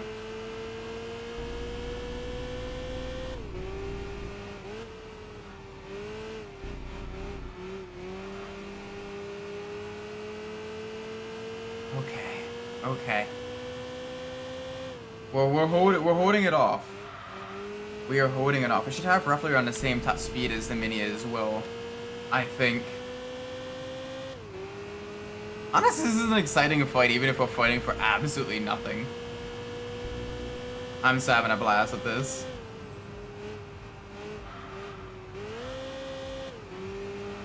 There we go. That helped us out through there. Come on. Full send in the little S800.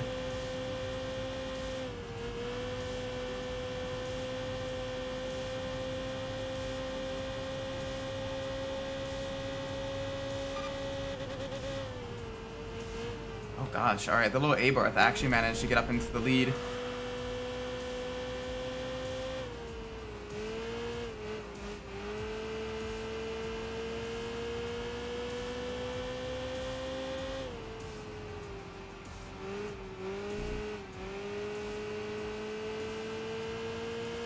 Okay. Come on. There we go. There we go.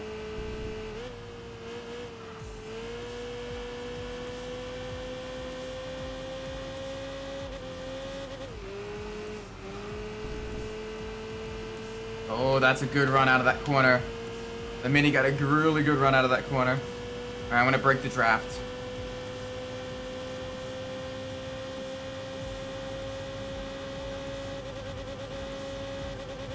Alright, we're slightly faster than the Mini. We're slightly faster than the Mini on the main straight.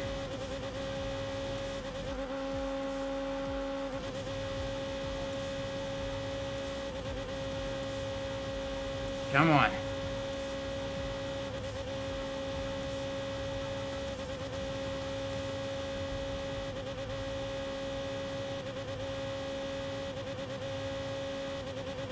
Nice. All right. Downhill now.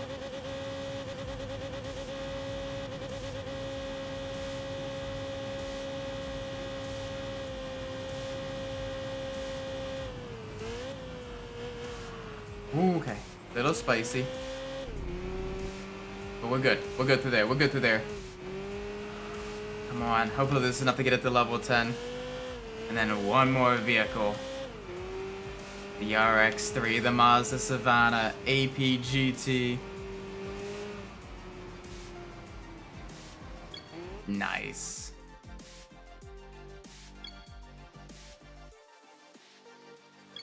Nice. Good, that is enough for a level up. Nice, even more power. Yeah, no ranking, so we're gonna drop below. Oh gosh, yeah, we're gonna drop by a lot. We're gonna drop by a lot, but that's okay. That's all right. So now we have our final vehicle. The final vehicle.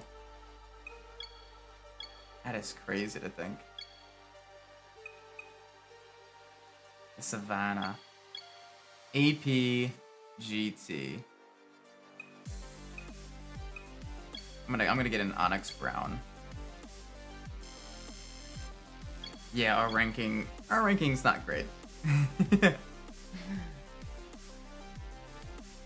This thing with the 12A Wonko twin rotor engine,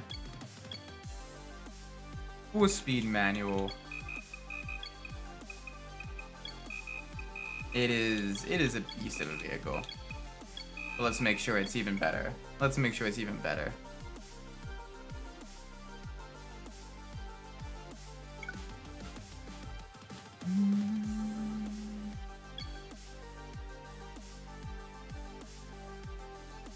Alright, so what options we got? Good old touring car race again.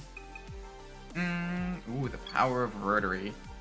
Dorito power. Let's do it. Let's do the Dorito power.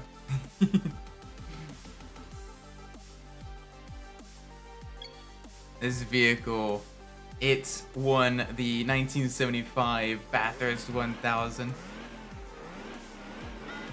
And also finished 5th overall, first in class in the 1972 Spa 24 hours.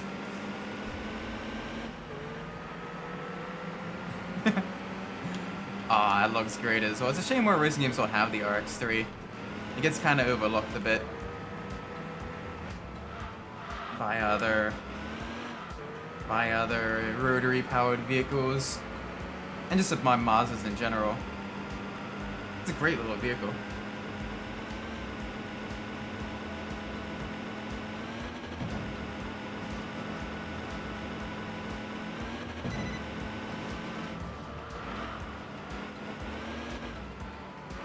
Oh, hi. Can you not stick your nose right there?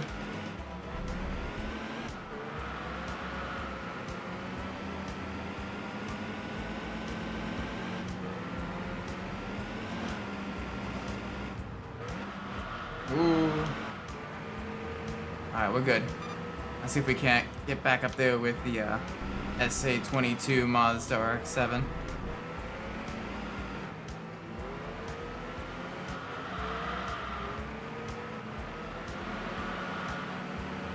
Oh, we got the RX-8 behind us as well.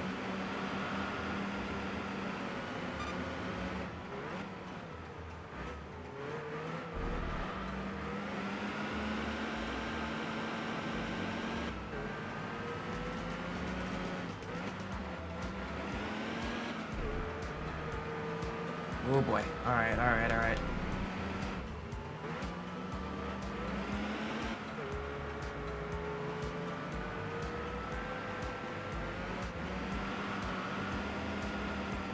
Yeah, that RX-7, it is struggling, we were struggling to keep up with it.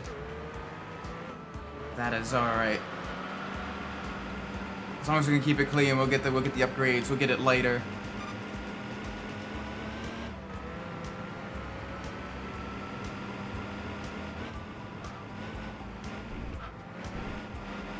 There we go. Good speed through the chicane.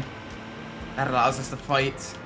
The AI is not that great at taking chicane, so that allows us to gain back a little bit of time.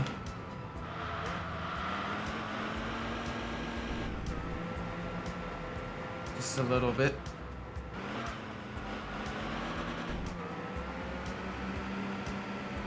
Come on, full send now, up the hill.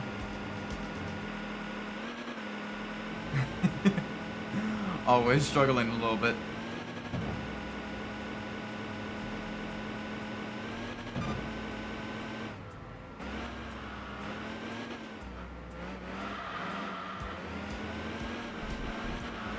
Oh, alright, a little bit of a track cut, a little bit of a course cut.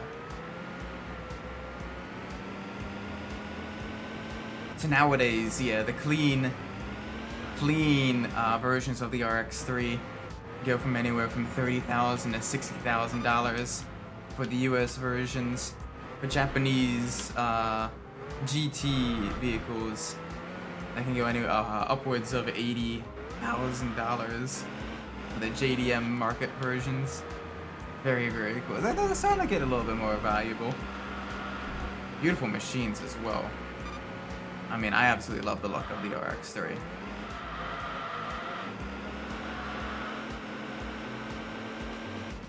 Well, the one in this game kind of sounds a bit more like a diesel truck than anything else. Hopefully when we get some upgrades, it'll sound less burbly and more kind of properly, you know, of a rotary screamer.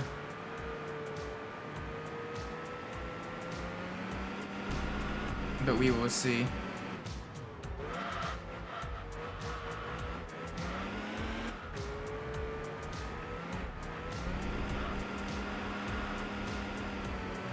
Good start, good start. This should give us at least one upgrade. Maybe two. We did keep it clean.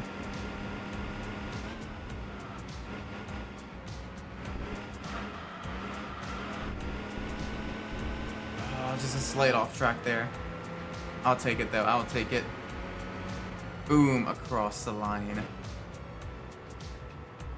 Another cool thing is the AP in the name was actually the anti-pollution trim. It had an AP exhaust system with an afterburner pollution control, which basically is a thermal reactor and an air pump. Basically something immediately after the exhaust got super, super, super hot and helped burn off excess fuel. And basically what that did is that reduced hydrocarbon and smog emissions, as well as converted the carbon monoxide into carbon dioxide, allowed for more complete combustion, even if the combustion didn't happen in the combustion chamber itself. Let's do the low end searing challenge. Yeah, this would be fun. But yeah, it had a thermal reactor, an air injection pump, an EGR valve, and linear carbureted jettings, which resulted in a decent power drop as well, from around 120 to around 90 horsepower, thereabouts. So it is rarer than the standard GT trims though, because it was built only during the emissions transition. But yeah. No question, but can I draw your character? Finish with work and I have like a week's of time. Yeah, by all means. You got full permission to do that. Oh. Alright, we got brake check there. This is a full throttle corner. Not drawn off. Yeah, no, all good. Hey, anything to help artists, you know, if you wanna, you know, give it a little bit of extra, you know, practice and whatever. I'm more than happy to, you know, and all that. Besides, what VTuber says no to fan art as well? Oh boy. This may have been a bit of a mistake. But we will see. We will see. Why can you not keep running over my bum?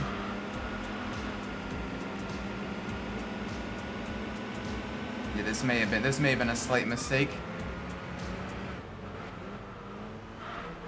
But still we fight. Still we fight.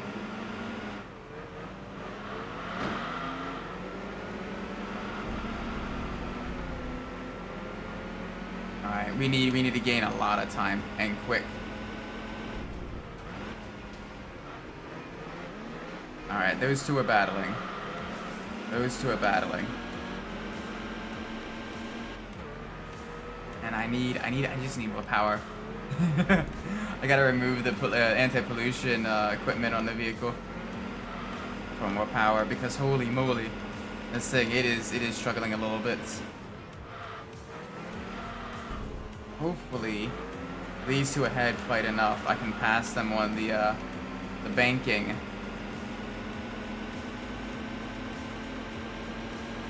And that'll allow us to get a little bit of an advantage. I'm not giving up just yet. I'm not giving up just yet. We're still right there with them. And if we can stay with them through the banking, then that means we can get ahead of them into the cat years. Watching the VTuber clip compilations lately. I don't know, there were so many racing people. Oh my gosh, there is so many. Dude, there is so many. Everyone like that becomes a racing VTuber is like, oh, I'm gonna become the first racing VTuber and everything. Granted, that's kind of died down since, you know, Kitty Kilovolts has done stuff and everything. But on the same token, like, then they get into the stream and they realize, oh shoot, there is a bunch of them. They're all just super niche because the racing games are super niche as well. Which is, you know, fair. But hey, you know, we love racing games, we love cars. Oh, spicy. A little spicy there. But you know, there is so many racing VTubers. Heck, you just missed Zero, who's another racing VTuber. She was in chat earlier today. Yeah, from many countries. I know. There's a lot from Germany, there's a lot from America. There's a couple Italian ones and everything. Spinal, yes. But no, basically, we're all kind of interconnected as well. We don't necessarily have like the best like unity and everything, but like we are interconnected and we do kind of share a lot of, I don't want to say a lot of the same audience, but we do share a lot of like similar like vibes and everything like that.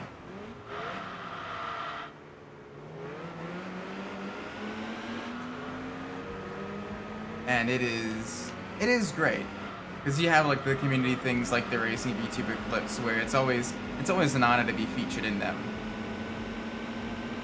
because you get to kind of, you know, be part of that. I've been featuring them a few times as well. I think like four times now. I think 4 times, maybe more, maybe more than that. I know there was the Midnight Club one, there was the Need for Speed Pro Street one, the Need for Speed Undercover one. Actually, a couple Need for Speed Undercover ones. So yeah, more than 4. There was like 3 Need for Speed Undercover ones.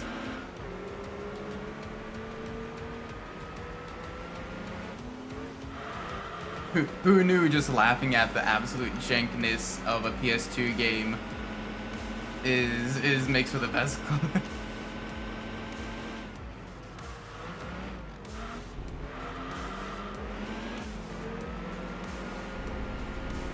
In retrospect, I probably should have done Shovelware Saturdays.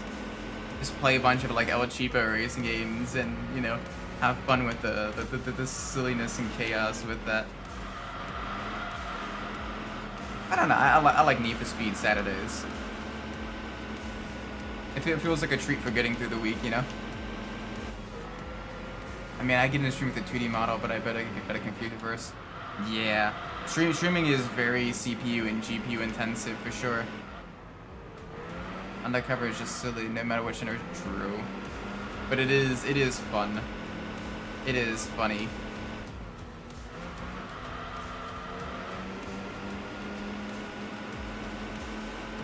Oh, we're gonna miss out on points, aren't we? That's disappointing. I was hoping we'd be able to do it. We just do not have the straight line speed. Yeah, this car definitely punches a bit below its weight class, I think.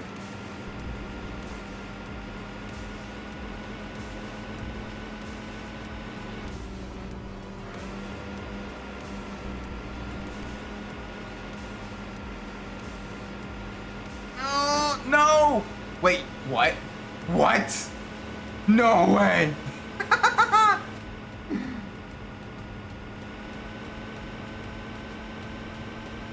I'll take it. I'll take it. I'll take it. I'll take it. I'll take it. I'll take it. I'll take it. I'll take it. I'll take it.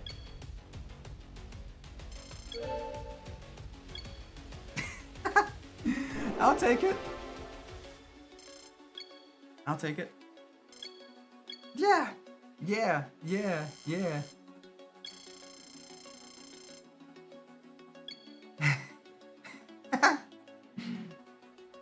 I'll take it.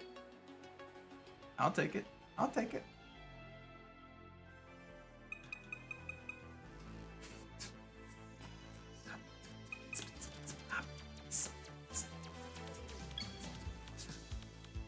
Yeah.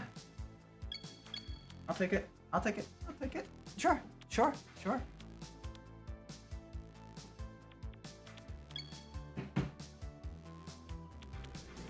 Oh, my sub 900 turbo project got one bit of post. Yeah, probably not. I mean, you got a month. You got a month, so maybe. We'll have to see. But yeah, no, I do apologize. Literally today was the first day in the box. And I can tell you it is super depressing. But it's got the job stability and it's got the pay raise, so I'm gonna at least do it for a couple years and see what happens.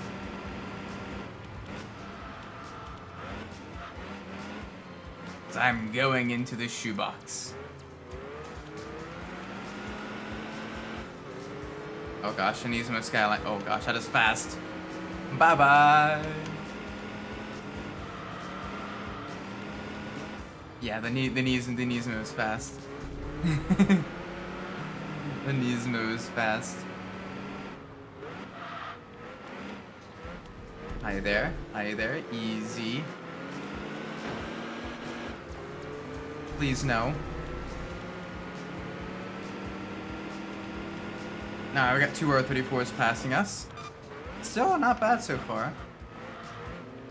I do wanna absolutely keep this as clean as possible, so that way we can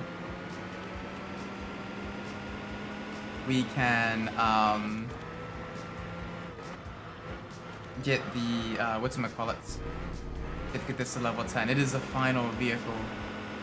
The final vehicle of Enthusia. That is crazy. That is crazy to think about.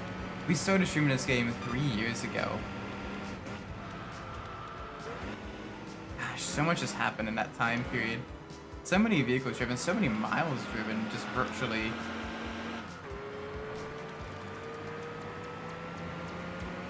That's crazy. That is genuinely crazy.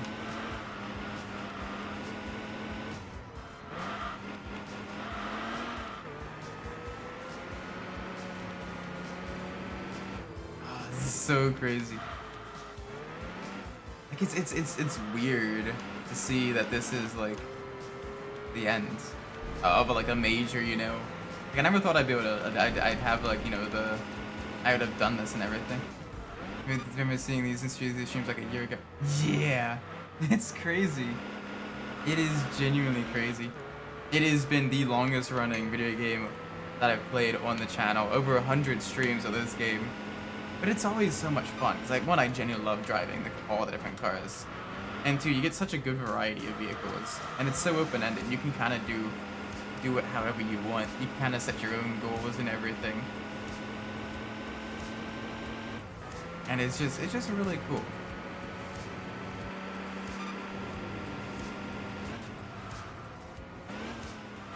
And I genuinely love just everything, you know, about this. You know, being able to talk about the unique vehicles, because there's such good car variety. Being able to, you know, getting all the different kind of races and everything, where you can get into some good battles. That's Gummas comes out streaming in 2026 is gonna be December. Nah, unfortunately, that's not gonna happen. I don't want anyone getting their hopes up. It's going to be it is going to basically be you know, no more streams after December 2025. You gotta think I got a lot of increased responsibility coming my way, and I'm barely able to I'm barely holding myself together now with the streaming and everything. I'm running myself ragged, so it's just not feasible. I tried to make it feasible all throughout 2025 with the increased responsibilities and everything, but yeah, no, it just wasn't happening. Oh, gotta try to be the presumes. Yeah, thank you, I appreciate that. But if you can't make it, it's all good. I guess the VODs will always be there and everything like that.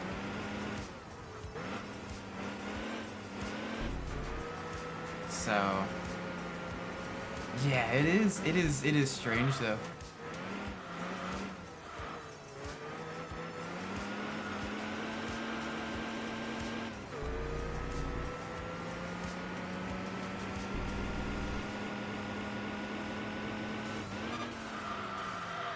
I'm gonna have the half a quarter responsibilities in the content.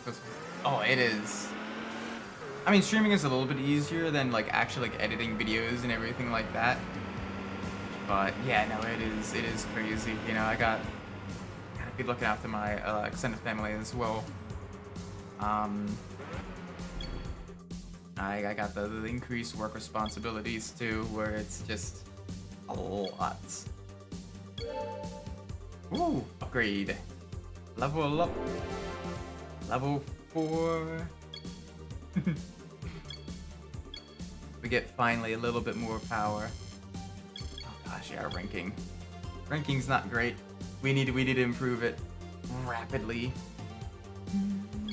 We got a little bit of power now, which is good. I need that.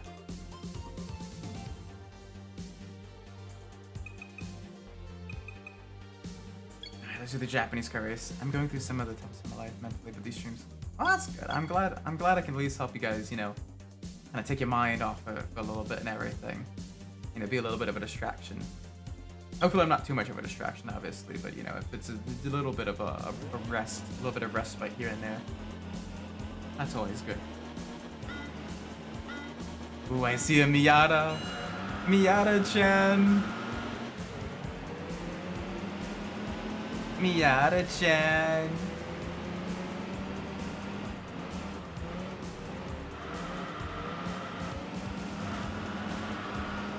We also got the Mitsubishi Pajero. I got 6 laps here. Engine sounds slightly more aggressive, but still kind of muffled. Hopefully once it gets to level 2 engine upgrades, it really starts to kind of sound, you know, a bit more aggressive.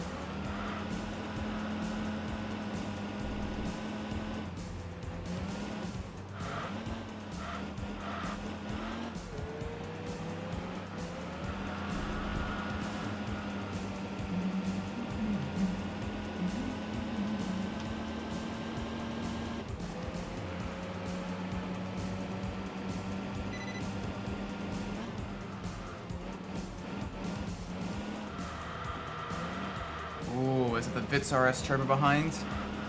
Yeah, it is.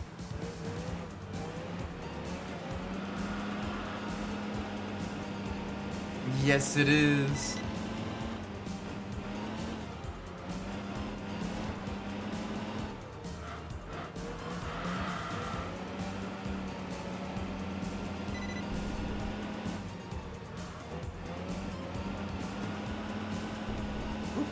Alright, little bit of a touch.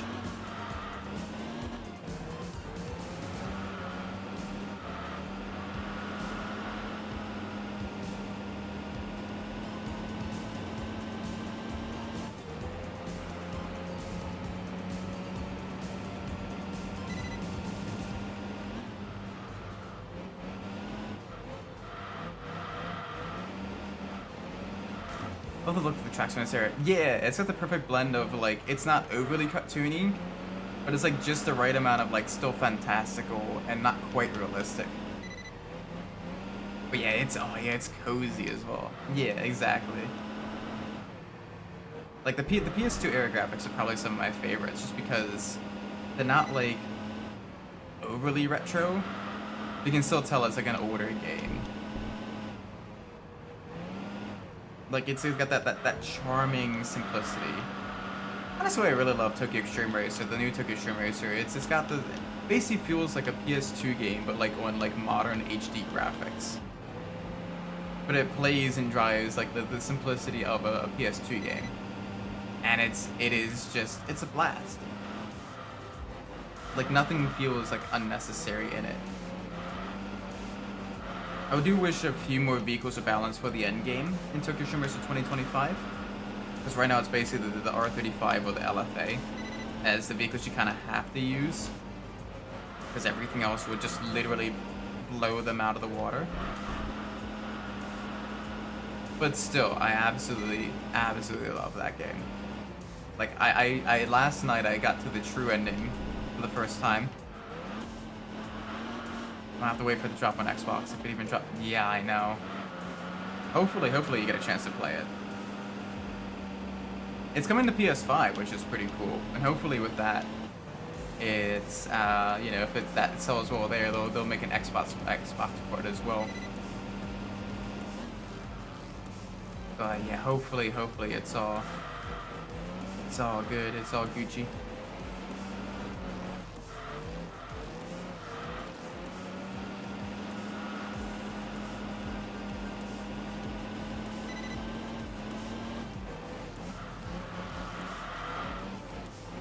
See if I get a job next year, maybe I can count the PS5. Yeah, especially now that the pricing is coming down on them, that'd be pretty useful. Ooh, that's a bump on the wall. Ah, here was keeping it mostly clean.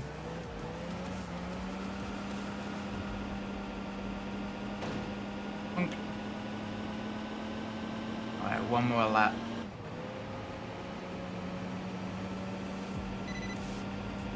See what I can do here. Hopefully we can get a level or two. Maybe more. Thing is, I've used it for 1 or 2 years, and then the PS has probably come up with that.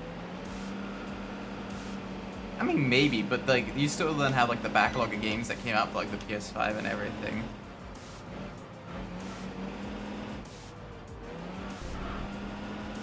So you got that going for you.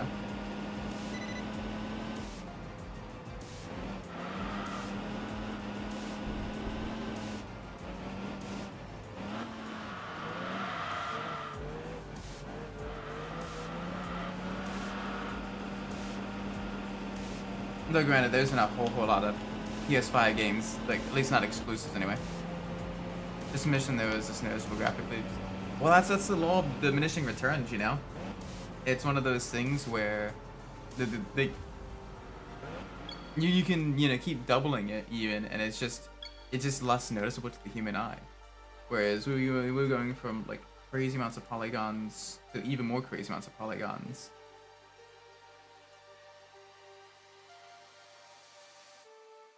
And yeah, so in that front, nowadays you gotta you know, I think people are focusing a little too much on the graphics, because nowadays they're probably about as good as they can realistically be, for at least for a while, right? So I'm thinking then, you know, the next thing you gotta focus on is like the gameplay and everything, how you can innovate that.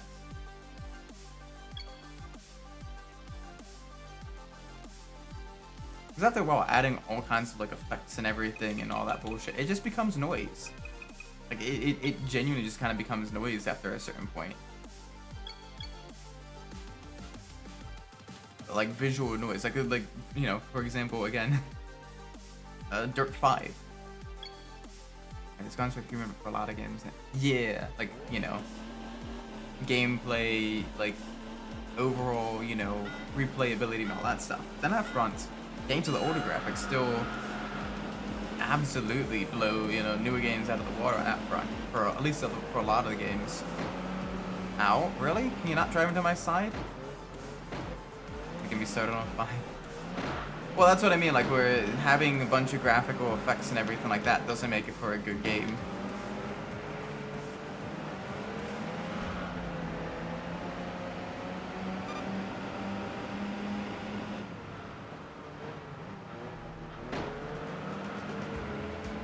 Alright, this Mercedes is starting to get on my nerves. It's so slow in the corners, but it's absolutely, like, just running me over on the straights. And it's killing my momentum through these corners here.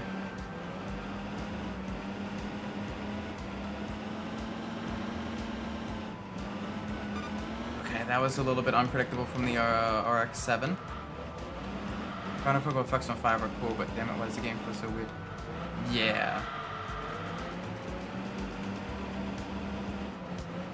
It just everything feels like it's just oversaturated and just kind of like it's trying too hard.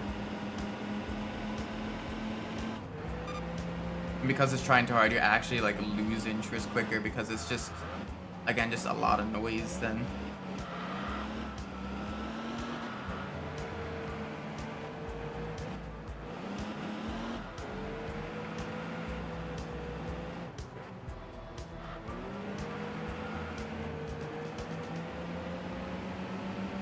Let me get you. Let me give me your suck. Give me your slipstream. Oh, that's a gap that is going to be closing. I can play Dirt 2 from 0 like 10 times and I'll get that. Yeah, exactly. Despite the fact that the game does have the, you know, the piss filter and everything, it's still a good game.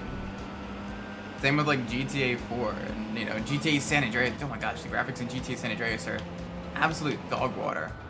I'm into Asphalt. I played Asphalt 1 and 2 on the DS, but I've not played any of them since. I did completely beat Asphalt 2, like all the championships, all the cars won, all that stuff. But yeah. I've never played any of the Asphalt games after that. Hi, kitty. Do you wanna come up, kitty? My GTA San Andreas right now. Aw, it's a banger. San Andreas is just such a good game. It's one of my favorite GTA games. Never ever fin- Bro, you gotta actually finish it. It's so much fun. Alright. Raswell for Chubby GT. Have a great night, alright? The music in yes. The KDST is my favorite, one of my favorite radio stations. Although, in terms of music, I much prefer Vice City over San Andreas. That's just because, you know, I like 80s music more than 90s and 70s music. And also, I'm not a big rap fan.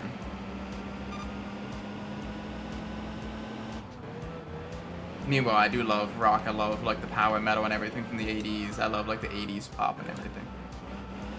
Asphalt 2 is a really good game. Yes.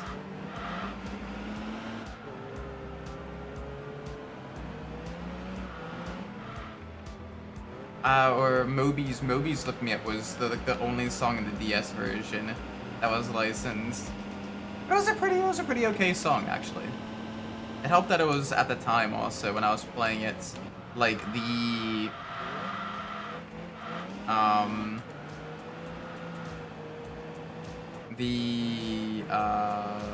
Formula 1 intro song. I get that. I'm into rap, hip hop, rock pop, and like the soundtrack to San Andreas. Yeah. Yeah, Vice City's like the aesthetics and vibes of Vice City are just like the best. But in terms of like overall like gameplay, like which game I prefer to play through from start to finish, GTA San Andreas, I think, has a lot less annoying bits in it than Vice City. Also, having a map that is a massive amount of water with a protagonist that can't swim, I think did sour the game just a little bit for me. Yes, Flash FM, V-Rock, all of that.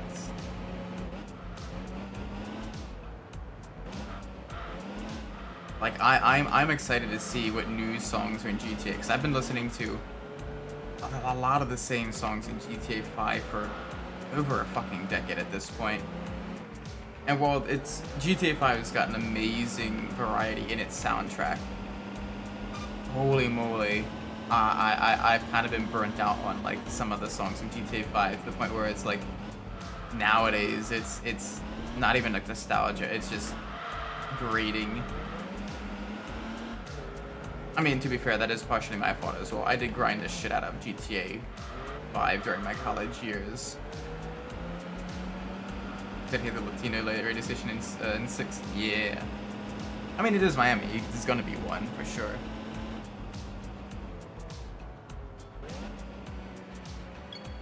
You know, be absolutely based is if we get Michael Jackson back in GTA. Okay, yeah, Radio Mirror Park is still great. That is 100% true. That is a truth nuke right there. But yeah, holy moly. Yeah, Radio Mirror Park's really good. And I do still listen to Los Santos Rock Radios as well. Yes. Michael Jackson.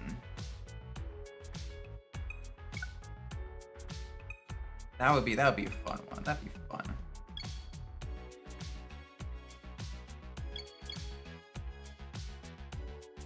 So what Michael Jackson songs have already been in a GTA game? Because I don't think any GTA game has had a repeat of songs.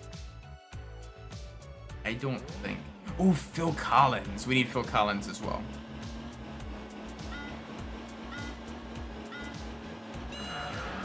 Although, to be fair, we've had a lot of Phil Collins in all the different GTA songs.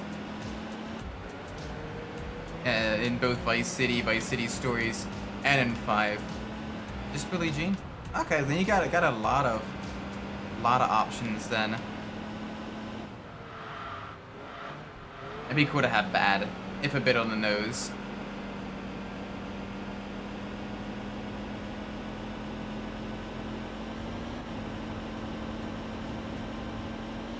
Yeah, we got I Don't Care Anymore, but in 5, we got In the Air Tonight in Vice City Stories. And we also got when Phil Collins collabed with Earth, Wind & Fire for Easy Lover. And then in what did we get in Vice City? Because we got Phil Collins in Vice City too. I forget which song is that.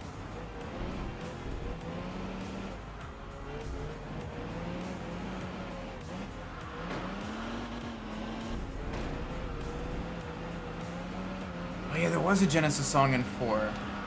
Yes. That is true. Yeah. So I think Phil Collins has been in. No, he wasn't in San Andreas. But he was in Vice. I think he's basically been like the most featured artist in GTA. He's also the first one to make an actual like cameo, I think. New favorite Dr. Dre. You get to do stuff with Phil Collins first in Vice City Stories. That song scared the shit out of me when I was a kid. I mean, yeah, it was definitely a weirder one. GTA 4's rock music wasn't the best. It could have been a lot better, I think. Mama, yes. Like, I had a lot of other decent songs, and they definitely improved the music with the episodes from Liberty City. adding, you know, Motley Crue and, you know, Deep Purple Highway Star and everything. Granite Brick was pretty good as well.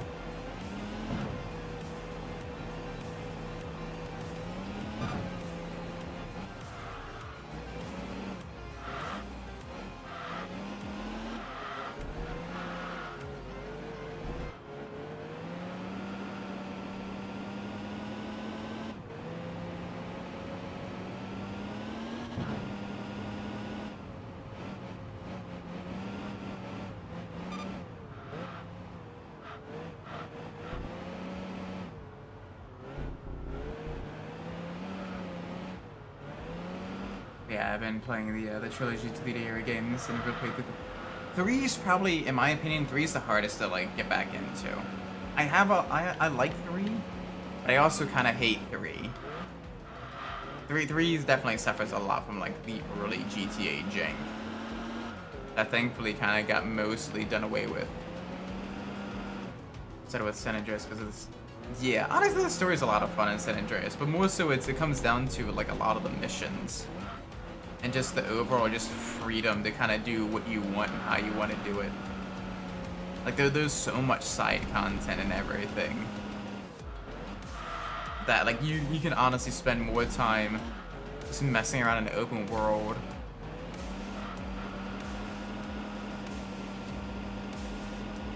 I see there's originally an expansion of 3, which is not.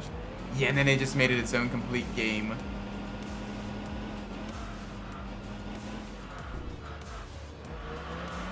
Which is pretty awesome. Probably for the best as well, because you get the entirely different, you know, time period, entirely different style and everything. It is so good. Alright, that should definitely help us level up. That should definitely help us level up. Ooh, jeez. Still not a whole lot. Alright, level 7. We can at least get more power. We at least get more power, which is good. And our rankings improved, which is also good. We are getting closer. 3 more levels. Gosh, that's terrifying to think about. I think we're ready for the Nürburgring challenge. Yeah, let's do it. RX-3 on the Nürburgring.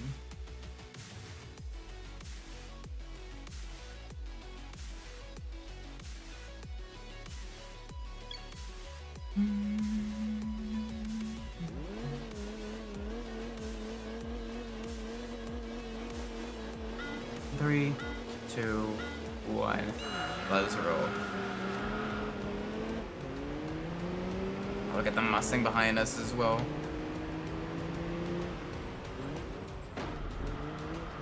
It still doesn't feel real. Like, this game has over 220 cars in it. To have driven all of them and getting them leveled up to level 10 is absolutely crazy. Think about.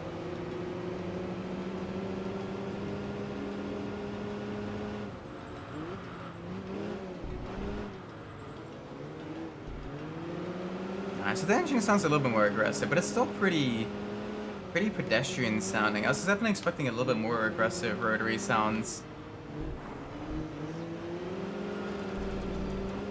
out of the RX-3. It's definitely the one that's given us a lot of, quite a bit of a challenge, that's for sure. Doesn't really punch above its weight like other vehicles can.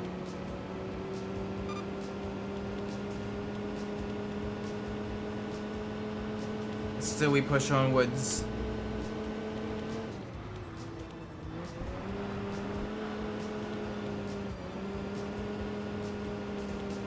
Alright, come on, big push.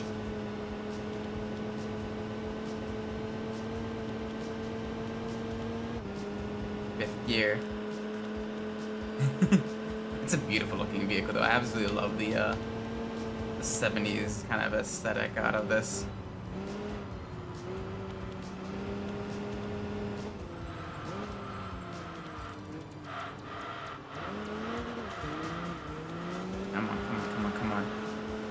One thing I'm really excited for GTA 6 though is the car customization. Like that's the biggest thing. Like, I really want to see how much further they take it. Just got to see some pretty cool stuff already in like the trailers and everything.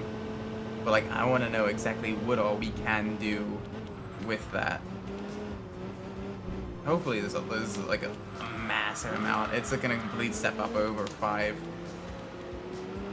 So I wanna get lost in the vehicles of GTA 6. And they have begun, you know, getting better at the vehicle customization in 5 as well. A lot more variety and everything. But it'd be even cooler to see that. I've also seen a screenshots and trailers maybe salivate for a new. Oh, dude. New Midnight Club would be so awesome. Like, Midnight Club LA was like the shit. And Midnight Club 3 was also just like top notch. Like, I would absolutely love for a new Midnight Club. Rockstar, come on, get on that, please.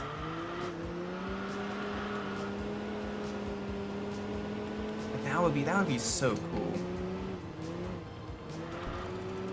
Especially with like kind of the like some of the racing game revivals that have been taking place as well. Like Wreckfest and Wreckfest 2 and everything, kind of bringing back the spiritual successor to Flat Out. We're getting Tokyo Extreme Racer back, you know, all that stuff. Like, it is so cool. I would love to see either, you know, a new Midnight Club or even a spiritual successor to Midnight Club. If Rockstar isn't gonna, you know, touch it. That would be absolutely awesome. This Midnight Club is just so cool. And nothing else really plays like Midnight Club. That's like made today. It's pretty much its own. It's pretty much its own thing. Interesting to see what they're doing with the devs. They really need to shrink this because the game's out there. Yeah, or at the very least have like multiple teams. You know, a couple of them working on like the big stuff. You know, and have other teams working on kind of smaller, you know, mid-budget games that kind of, you know, bridge the gap between like the absolutes. You know, the absolute behemoths that are like the quadruple A Rockstar titles, you know. I think that could be like the healthy medium. Absolutely push grounds and like, you know, like your GTA and like Red Dead Redemption series and all that stuff narratively and graphics wise and everything. But like still get a couple of teams that are working on kind of like, you know, mid-sized projects, I think. Yeah, they got everybody, which is a little bit ridiculous. Putting all their eggs in one basket. So I'm hoping that they do a good job with that. Yeah, improve the conditions, stop the union busting and everything.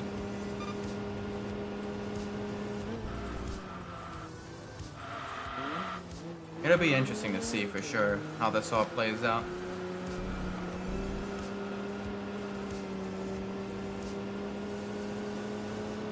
One other thing that I really like to see in GTA 6 is the, like the online. Because the internet now versus the internet back in like 2013 when GTA 5 came out is so different. Like, holy moly. It's gonna basically feel like a whole nother world. It almost feels kind of archaic going through like GTA 5's internet. You're like, simpler times.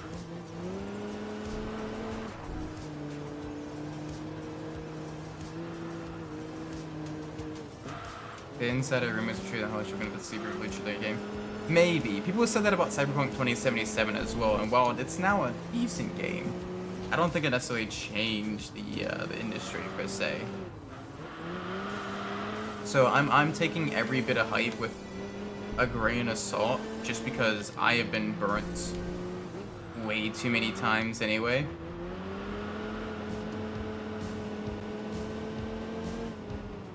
I said the thing they're doing now, 6 now, won't be able to be able to keep another studio in 20 years. I don't know. I'm gonna be I'm gonna have a healthy, massive dose of skepticism with most rumors of GTA 6. Oh, I know. I am, like, trying to contain my excitement and the fact that we are now, again, a year away from GTA 6's release.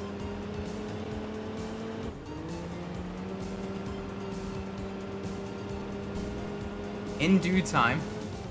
You know what's crazy is the game's gonna come out literally the day before my birthday as well, next year. And today is my birthday, actually, for another 18 minutes. So it'll be interesting to see.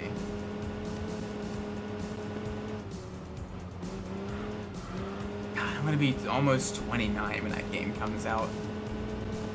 I had to ask my parents to get me GTA 5 because I wasn't old enough to get it. And now there's a very solid chance I could very well be a parent before GTA 6 come out. That's scary.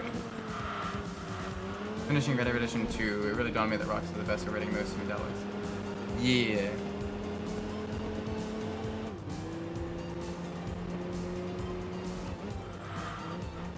Like, they got some really solid writers on that team. I'm hoping they don't drop the ball with 6. I'm hoping like 6 is a genuinely great game.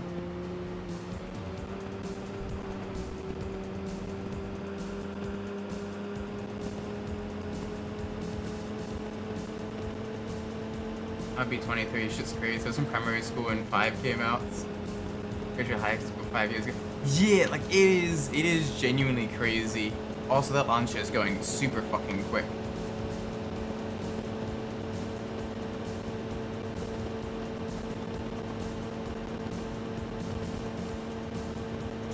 Well, alrighty then. That is a very quick Italian spaceship.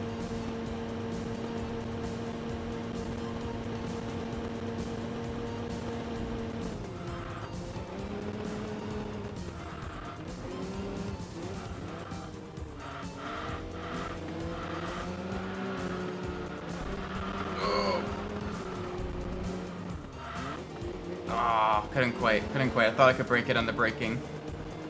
But yeah, like it's crazy. Between GTA 5 and GTA 6 coming out, I'll have graduated high school, graduated college. Yeah, I'm gonna enjoy the game when it comes out, as long as it comes out Polish. I know. Well, it won't come out Polish. They're a British developer.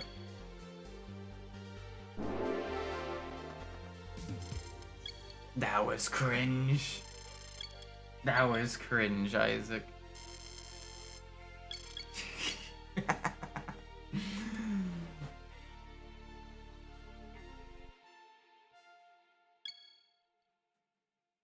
can't believe I said that. We're gonna cue the music ends too. Perfect, perfect. Alright. 2-lap race round. Low end searing. This may be the final race we do in this game. Holy moly. That's crazy. That is crazy.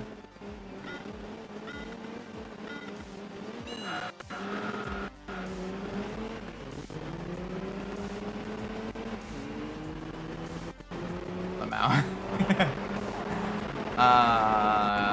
Yeah, I know, it's cringe. But sometimes you gotta embrace the cringe. You gotta love the cringe. Because the cringe comes for us all.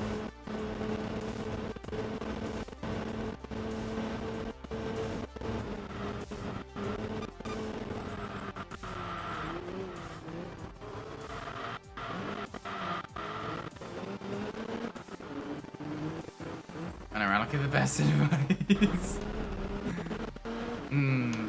Sometimes there's little nuggets of wisdom in my brain. Other times those are just tumors.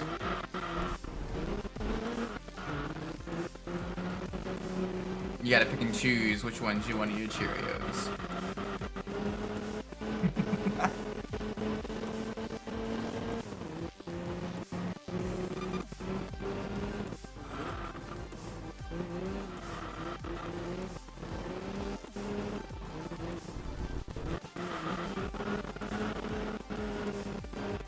Anyway, final race of the final car.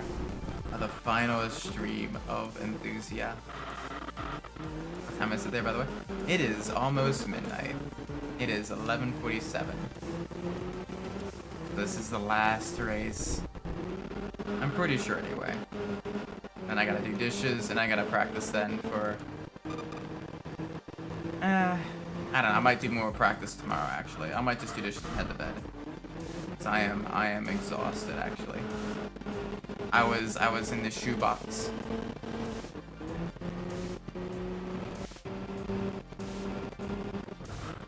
Jesus Christ, man, it's almost 2 a.m. here. Yeah.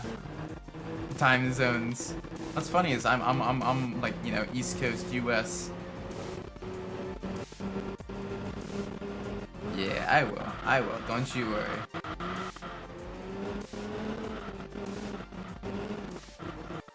Yeah, I gotta get some. I gotta make sure I get some rest because my wife is sick as well. She's got the flu, so or something like that anyway. So I'm kind of the one that's doing a lot of the responsibilities. Oh, I hate dishes done. I gotta get dishes done. This is gonna be fun. Super clean lap, second place. Come on. Big push through backwards Radion.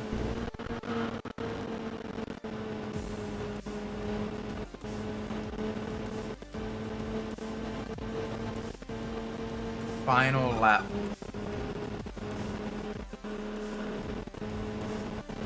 Oh my gosh. I'm getting a little bit emotional.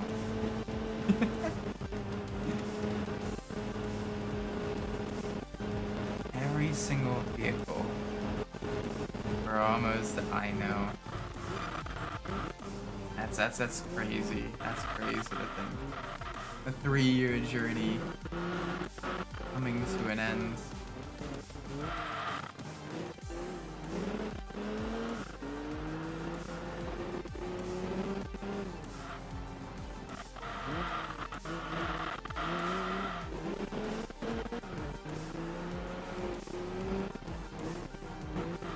It's got to be almost 300 hours worth of streaming the Enthusia games, I think.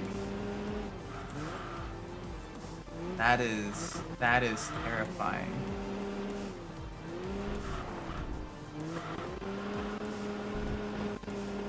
That is terrifying.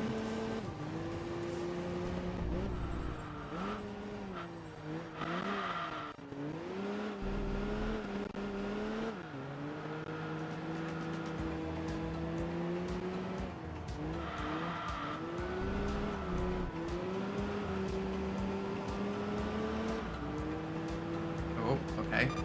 Third place is just behind me. We gotta fight. We gotta fight just a little bit. We gotta fight. We're on the belly of the cat for the last time. Onto the rear foot.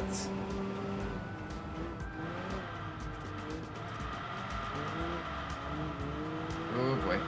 A little bit of understeer. Yeah, you're not gonna try and move. You're not gonna try and move. We got this. Brake at the pea gravel. One to the tail of the kitty cat.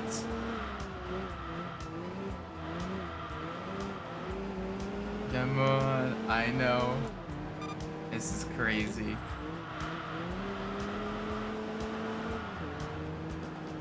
This is genuinely crazy. Yeah, I see the FC RX-7 behind us. We can hold her on just a little bit longer.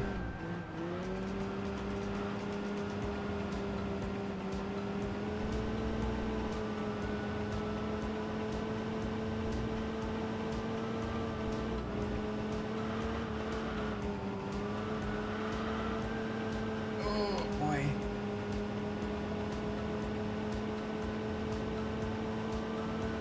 And finish. Wow. That is crazy. That is crazy. We have...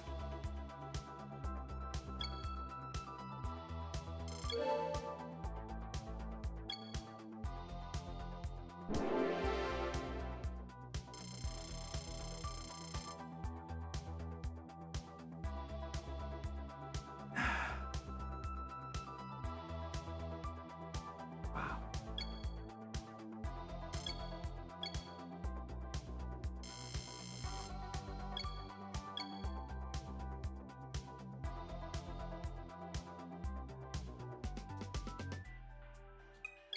I just wanna make sure. I got all of them.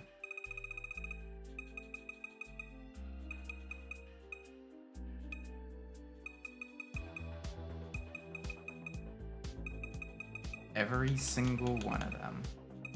Level 10. Level 10 across the board. I just want to make sure. I didn't miss one.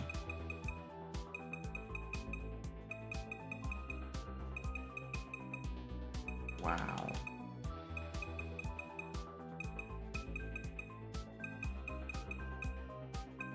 That is crazy.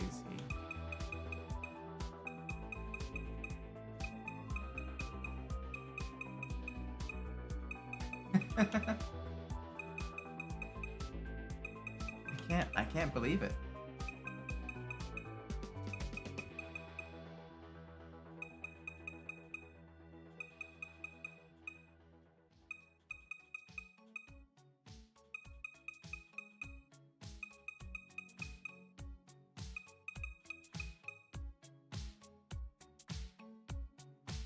Wow.